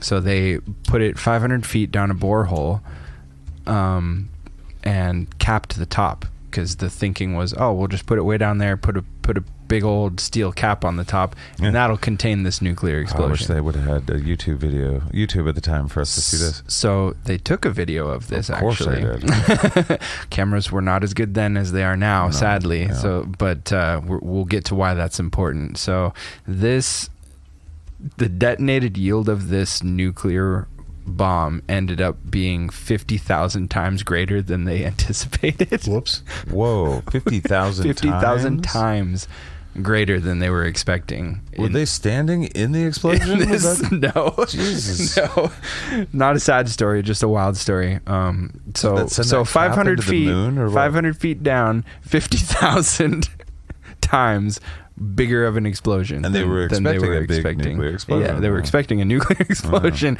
underground. I'm sitting here reading this, going, 500 feet? Is that really? Is that enough? Nope. Not with no. Even if it was the blast you were expecting, you thought 500 feet with I a know. fucking Coke bottle top on it was gonna do it. So they welded this 2,000-pound steel plate cap, big old piece of armor plate on the top of this borehole. It hit the moon, didn't it? And to his credit, Dr. Brownlee predicted that the cap wouldn't work. No shit, right? He's like, I don't think that's going to do it. They're like, we already got the plate welded on anyway. So when Pascal B was detonated, the blast went straight up the test shaft, as one would guess, launching the cap into the atmosphere at a speed of more than 66 kilometers per second. So that's 41 miles per second. That's 150,000 miles per hour, bro. That this fucking 2,000-pound steel cap got fucking launched into the yeeted, like one might say, into the stratosphere. Is that a Mach? This must be Mach something, right? I have to look that up. I don't know where Mach starts, but yeah. And the plate was... What's the speed of sound? That must have broke the sound barrier easily. Yeah, right? dude, Like can you just imagine this? Yeah, because jets back then, they don't go 150,000 miles an hour. Right. So they go like 3,000 miles or... Yeah. 1,000 miles. I don't even know how fast. I don't know anything about light the speed, world baby. I want to go learn some things about this. So they never found the plate. The most popular opinion amongst the scientific community is that compression heating caused it to vaporize. It'd be cool if it didn't. But there's a small chance that there's this charred steel plate from this nuclear blast that we set off in 57. You know that still hurtling through the void of space, or maybe it hit a planet or something by now. Maybe it got it stuck in our atmosphere somehow. Yeah, and it's that black night that have you heard of that satellite that goes around the Earth? Allegedly, it's like one of those ancient aliens things. Maybe that's it. It's just the blast cap. It just got fucked up. Our bad. Yeah, that's so crazy. So imagine if like an airplane was flying over that. I don't know. Just any. That doesn't seem safe, guys. What are we doing on this planet? Just like, let's fuck around. Yeah, that's the kind of shit they do in Nevada. So leave the stratosphere alone, Nevada. Fuck. So they had a camera on it, and after the detonation, they checked it, and it only appeared in one frame. They had to go frame by frame, and it only appeared in one frame because it was cooking so fast. And fucking Dr. Brownlee joked that the best estimate of the cover's speed from photographic evidence was quote, going like a bat. Maybe a little faster than a bat. It was 57. Come on. Fair enough. That's the fastest thing we've ever seen is bat. Yeah. So that's cool. Operation Plum Bob just blew that was the best Coke and Mentos experiment. Yeah, that's what I was thinking the whole time too. Like, will the cap work? Well, I mean, if you got enough Coke in there, enough Mentos, no. All right, so this is Jar 23. Thank you guys. This has been fun. Yeah, let's do our last thing, and this is the Patreon. We're gonna roll out. We're gonna do the old classic shout out on our Patreon supporters so far. And again, thank you guys. This is super fucking cool of you to support us when we don't even have Patreon rewards set up yet. One more thing about me being sick. I didn't check the emails for like a week. Yeah. And so I got some of this emails, is going to be a and I surprise was to you. like, I looked, and I was like, what the What's going on here? People actually listen to us? Yeah. No, seriously. And they want to? I God. just assume we're sitting here shouting into the void, except for the people that yell at me on Discord sometimes. Screw both With of love. you for thinking my audience is massive. It's massive. It's massive. No. It's huge, you could say. Only mine. So I'm going to go through this list, and if anybody just did it, I might miss it, but otherwise I'm going to try to get all of you. I'm going to butcher probably most of your names, but here we go. A shout out to our patrons. Boom. We've got Nicole Ty Cobb, Apo Daka, which was the number one, first in the door. Nicole? Yeah. Yep, Nicole first in there. So thank you, Nicole. Super props to you, Nicole. Lynn Hoagland. Yay. We got Kyle, just Kyle. I want to interrupt. So you can't interrupt, dude. I'm on a roll. Nicole, she keeps showing pictures of dogs, and I keep thinking that they're her dogs, but I believe they're all her clients. Correct? Oh, I have no idea. Okay. She's got 800 dogs. You're like, let us know. They're all Let us really know, cute. Nicole. Explain yourself. Where did you get all the dogs? Well, I believe she's a groomer. Is she? Oh, okay. Yeah. Oh, is it that Nicole? Yeah. From here? Yeah. Oh, yeah, totally. Yep. I didn't even put that together. I'm like, I don't know anybody's last name. Sorry, Nicole. Thank you. Love you. And All right. Lynn, thank you, Lynn. Yeah. Yeah, thanks, Lynn Hoagland. Kyle, we got Deja Arnold. Hey, Deja. Deja. Hey, Arnold. Deja and I both have a love for Motley Crue, and she got to meet Nikki Sixx, and that is, I'm super jealous of that. Yeah, that is super cool. I got a Motley Crue. I would love to story meet I'll tell Nikki him. Sixx now. Like That's what I'm saying. even I wanna more go than have back lunch then. with I'd him. like to meet him now. You know, but we got Anthony Harrington, Hunter Bilbro. Not guys. I almost said Bilbo, but I caught it. Oh, We got. Okay, now I knew we were going to get into some weird ones. We've got Tracy 999ish. 999. All one word plus numbers. Nice. Thank you, Tracy. Thank you, Tracy. I We used got to live in a city named after you. Tracy, Ashley McIntyre, Oh, hey, Ashley. Donald Fisher. Donald Fisher. Oh, of Shitbox Wizard. course, Don's coming in clutch. We've got Mike. That would have been a bad one. We got Michelle. Oh, yeah. Michelle Betts. Sorry, I almost called you Hey, Michael. Michelle. Yeah, thanks, Michelle.